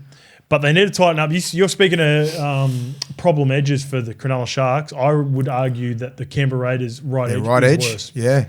Is worse. What's happening there? Who's your right for? Is it? No, it's not the right for. No, but who is it? It's Fogarty's movements. Fogarty stays really square, and he's a bit older. Doesn't have that side to side. He's good. Like I said, good defender if you run straight at him, but similar to Foz on the opposite side on the left, which they targeted. Yeah. Smaller bodies. Dig inside them. Don't have the ability at this point of their career to double D as good, and you can have some joy around them. Yeah. Weeks was outstanding, wasn't he? He could be. He's the key. We spoke about it weeks ago. I mean, I know that edge they're going to get spotted up every year. I mean, every week now. Yep. Their right edge because that's the weakness right there. Yep. So if they don't fix that shit up, they're not going to be. They won't be winning the comp with that edge. If you just watch them as a neutral, though, Like, you don't care if the Raiders win or lose, or if you've got a bet on them. Fuck, they're fun to watch. They're a good team, mate. Yeah, because they can do crazy shit. Footy. But teams can score on them too. Yeah. You know? Like, their left edge looks so dangerous, like with Strange, and then you got Huddy Young. It's just like, look, Sebastian, is Chris on that side? Chris is on the other side. Yeah. Yeah, on the left. They look dangerous. Then they go to the other side and defend, and then they look bad. Then they'd attack through the middle, unreal, like with Tapane, Big Papa coming through the middle, Mariota. Starling looks good. They're fun to watch. Sticky's presser went for 9 minutes. What? What's he talking about? Whenever they get a win, they always go forever. If it's a loss, it goes for like 3 or 4 minutes. Oh, yeah, Weeks is the guy. You said that at the start of the year. He's my guy. You said, like, they were going ordinary until he carved on the weekend. Yeah. For the Titans, you could see that the Foz was a huge in. There was evidence that there was more direction. Oh yes, sorry. And then my point was that they still just don't have a belief as a team and the culture right now. They need to see more efforts, like big games. They need to get some wins because Brimmer looks more comfortable at fullback 100%. I felt for De Groot, who was really good against the Knights and missed out in this game. But I don't know what the plan is for when Kinney returns, because I know Foz isn't going to be around for the next couple of years. I think it's evident that Brimo is a way better fullback. I feel like something's got to give with this Titans team. I don't know what it is. When's Kinney coming back?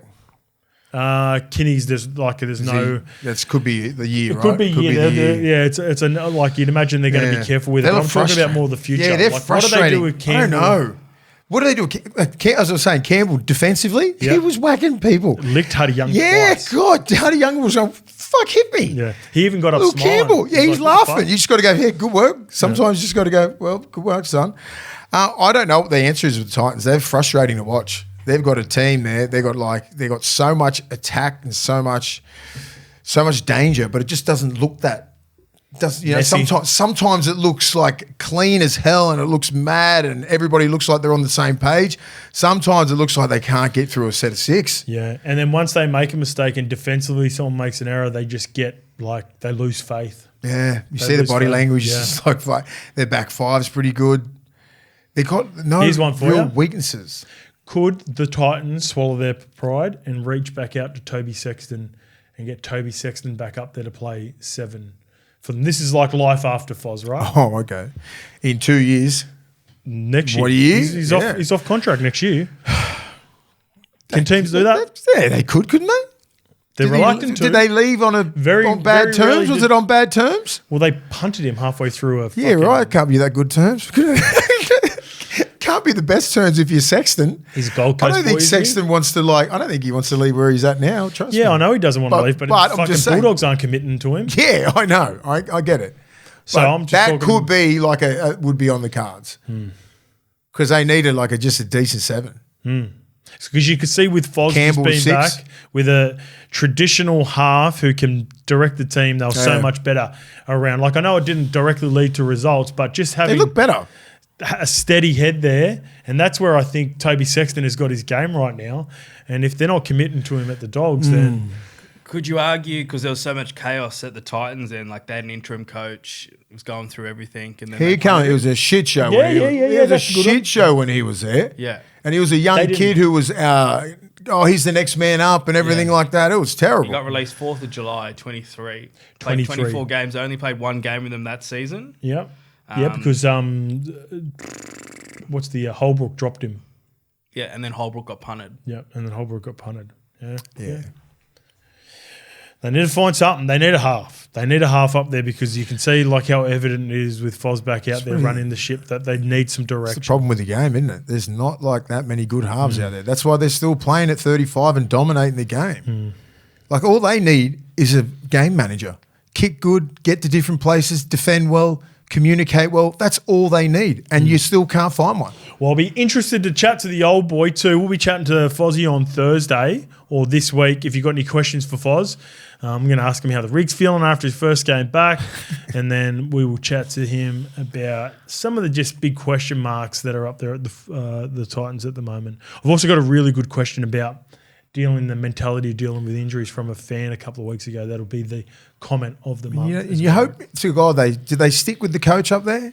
They have You got to. He's trying to implement something up there. You can't just give up on him. Des is a mad scientist. You know that. Like he's got some fucking plan there. He's only a year and 10 games into his. It's not like it's fucking the Adam O'Brien situation. No. Where he's been there for 5 years. We've seen Des needs at least 2-4 seasons, and they need to figure out the Fafita situation. Yeah, that's a lingering little cloud. All right, the Rabbitohs 22 defeat the Tigers 12. Yeah. It was a typical Wayne/South win. Willing to win ugly. Kick complete still works the same as it did in the 80s, Mace. It does, doesn't it? And you completed 88%. Yeah, that's an old little saying, but it'll still get you a win. Latrell was outstanding, I thought. That was one of his best games. At fullback, do you know what I mean? Like it just takes him a while to get to his fitness where he wants to do those little things. And I always say it, and I think they said on the commentary, like, what he does with his first run usually dictates how he's going. He just fucking runs straight at the biggest guy on the field. Mm-hmm. Terrell May's their guy. Mm-hmm. He did it the week before. He'll fucking get your biggest guy and he'll run straight at Payne Haas. And it's debilitating for you as a middle. You're just trying to get down there. The fullback just goes, like GI used to do. I'm not chasing on GI. Kick it the other way. That's what he do. They do that on purpose to try and get your middles up. He did that, and I thought without him and Keon, I think they played typical Wayne Bennett football, right? When it's fucking yuck and raining, just complete and just go through the middle and tackle your ass off, and you'll win the ball. You'll win the game. Keon, unbelievable numbers again. I think he's around 269. I'll find it. 269 were the adjusted numbers. It was it was 329. Quietly, it was within I think 15 minutes. That's his 11th hit up or something like that. It's just very underrated what he does. It's not loud, but he'll end up with over 20 touches, but then there'll be about 2 or 3 nearly complete line breaks or half breaks where he's got people offload here, quick play the ball. Yep. It all comes off what he's doing in the middle. So, he was in my Origin team. He wouldn't let anyone down, but he just must be on the back burner, He goes in the presser. Wayne brought him into the presser with him because Trell's the captain, but he doesn't do any media. Yeah. So he brought Keon in this week, and someone asked Keon, what's your preferred position? And you like middle? You're going so well in the middle. And he sort of looks at Wayne, and then Wayne side-eyes him, and he goes, Wayne knows what my preferred position is. Oh, God. And he goes, and then Wayne said something Wayne was he gets too bored out on the edge sometimes. We need to give him stuff to do. So he's exactly right, but it's exactly right because he's got too much footy in him, I reckon. Most of the time when he had quiet games in the last, 3 or 4 years, is when the ball wasn't going there, when they had Lockie Ilias, who was doing his fucking head in. That's what I was thinking, get him in the middle.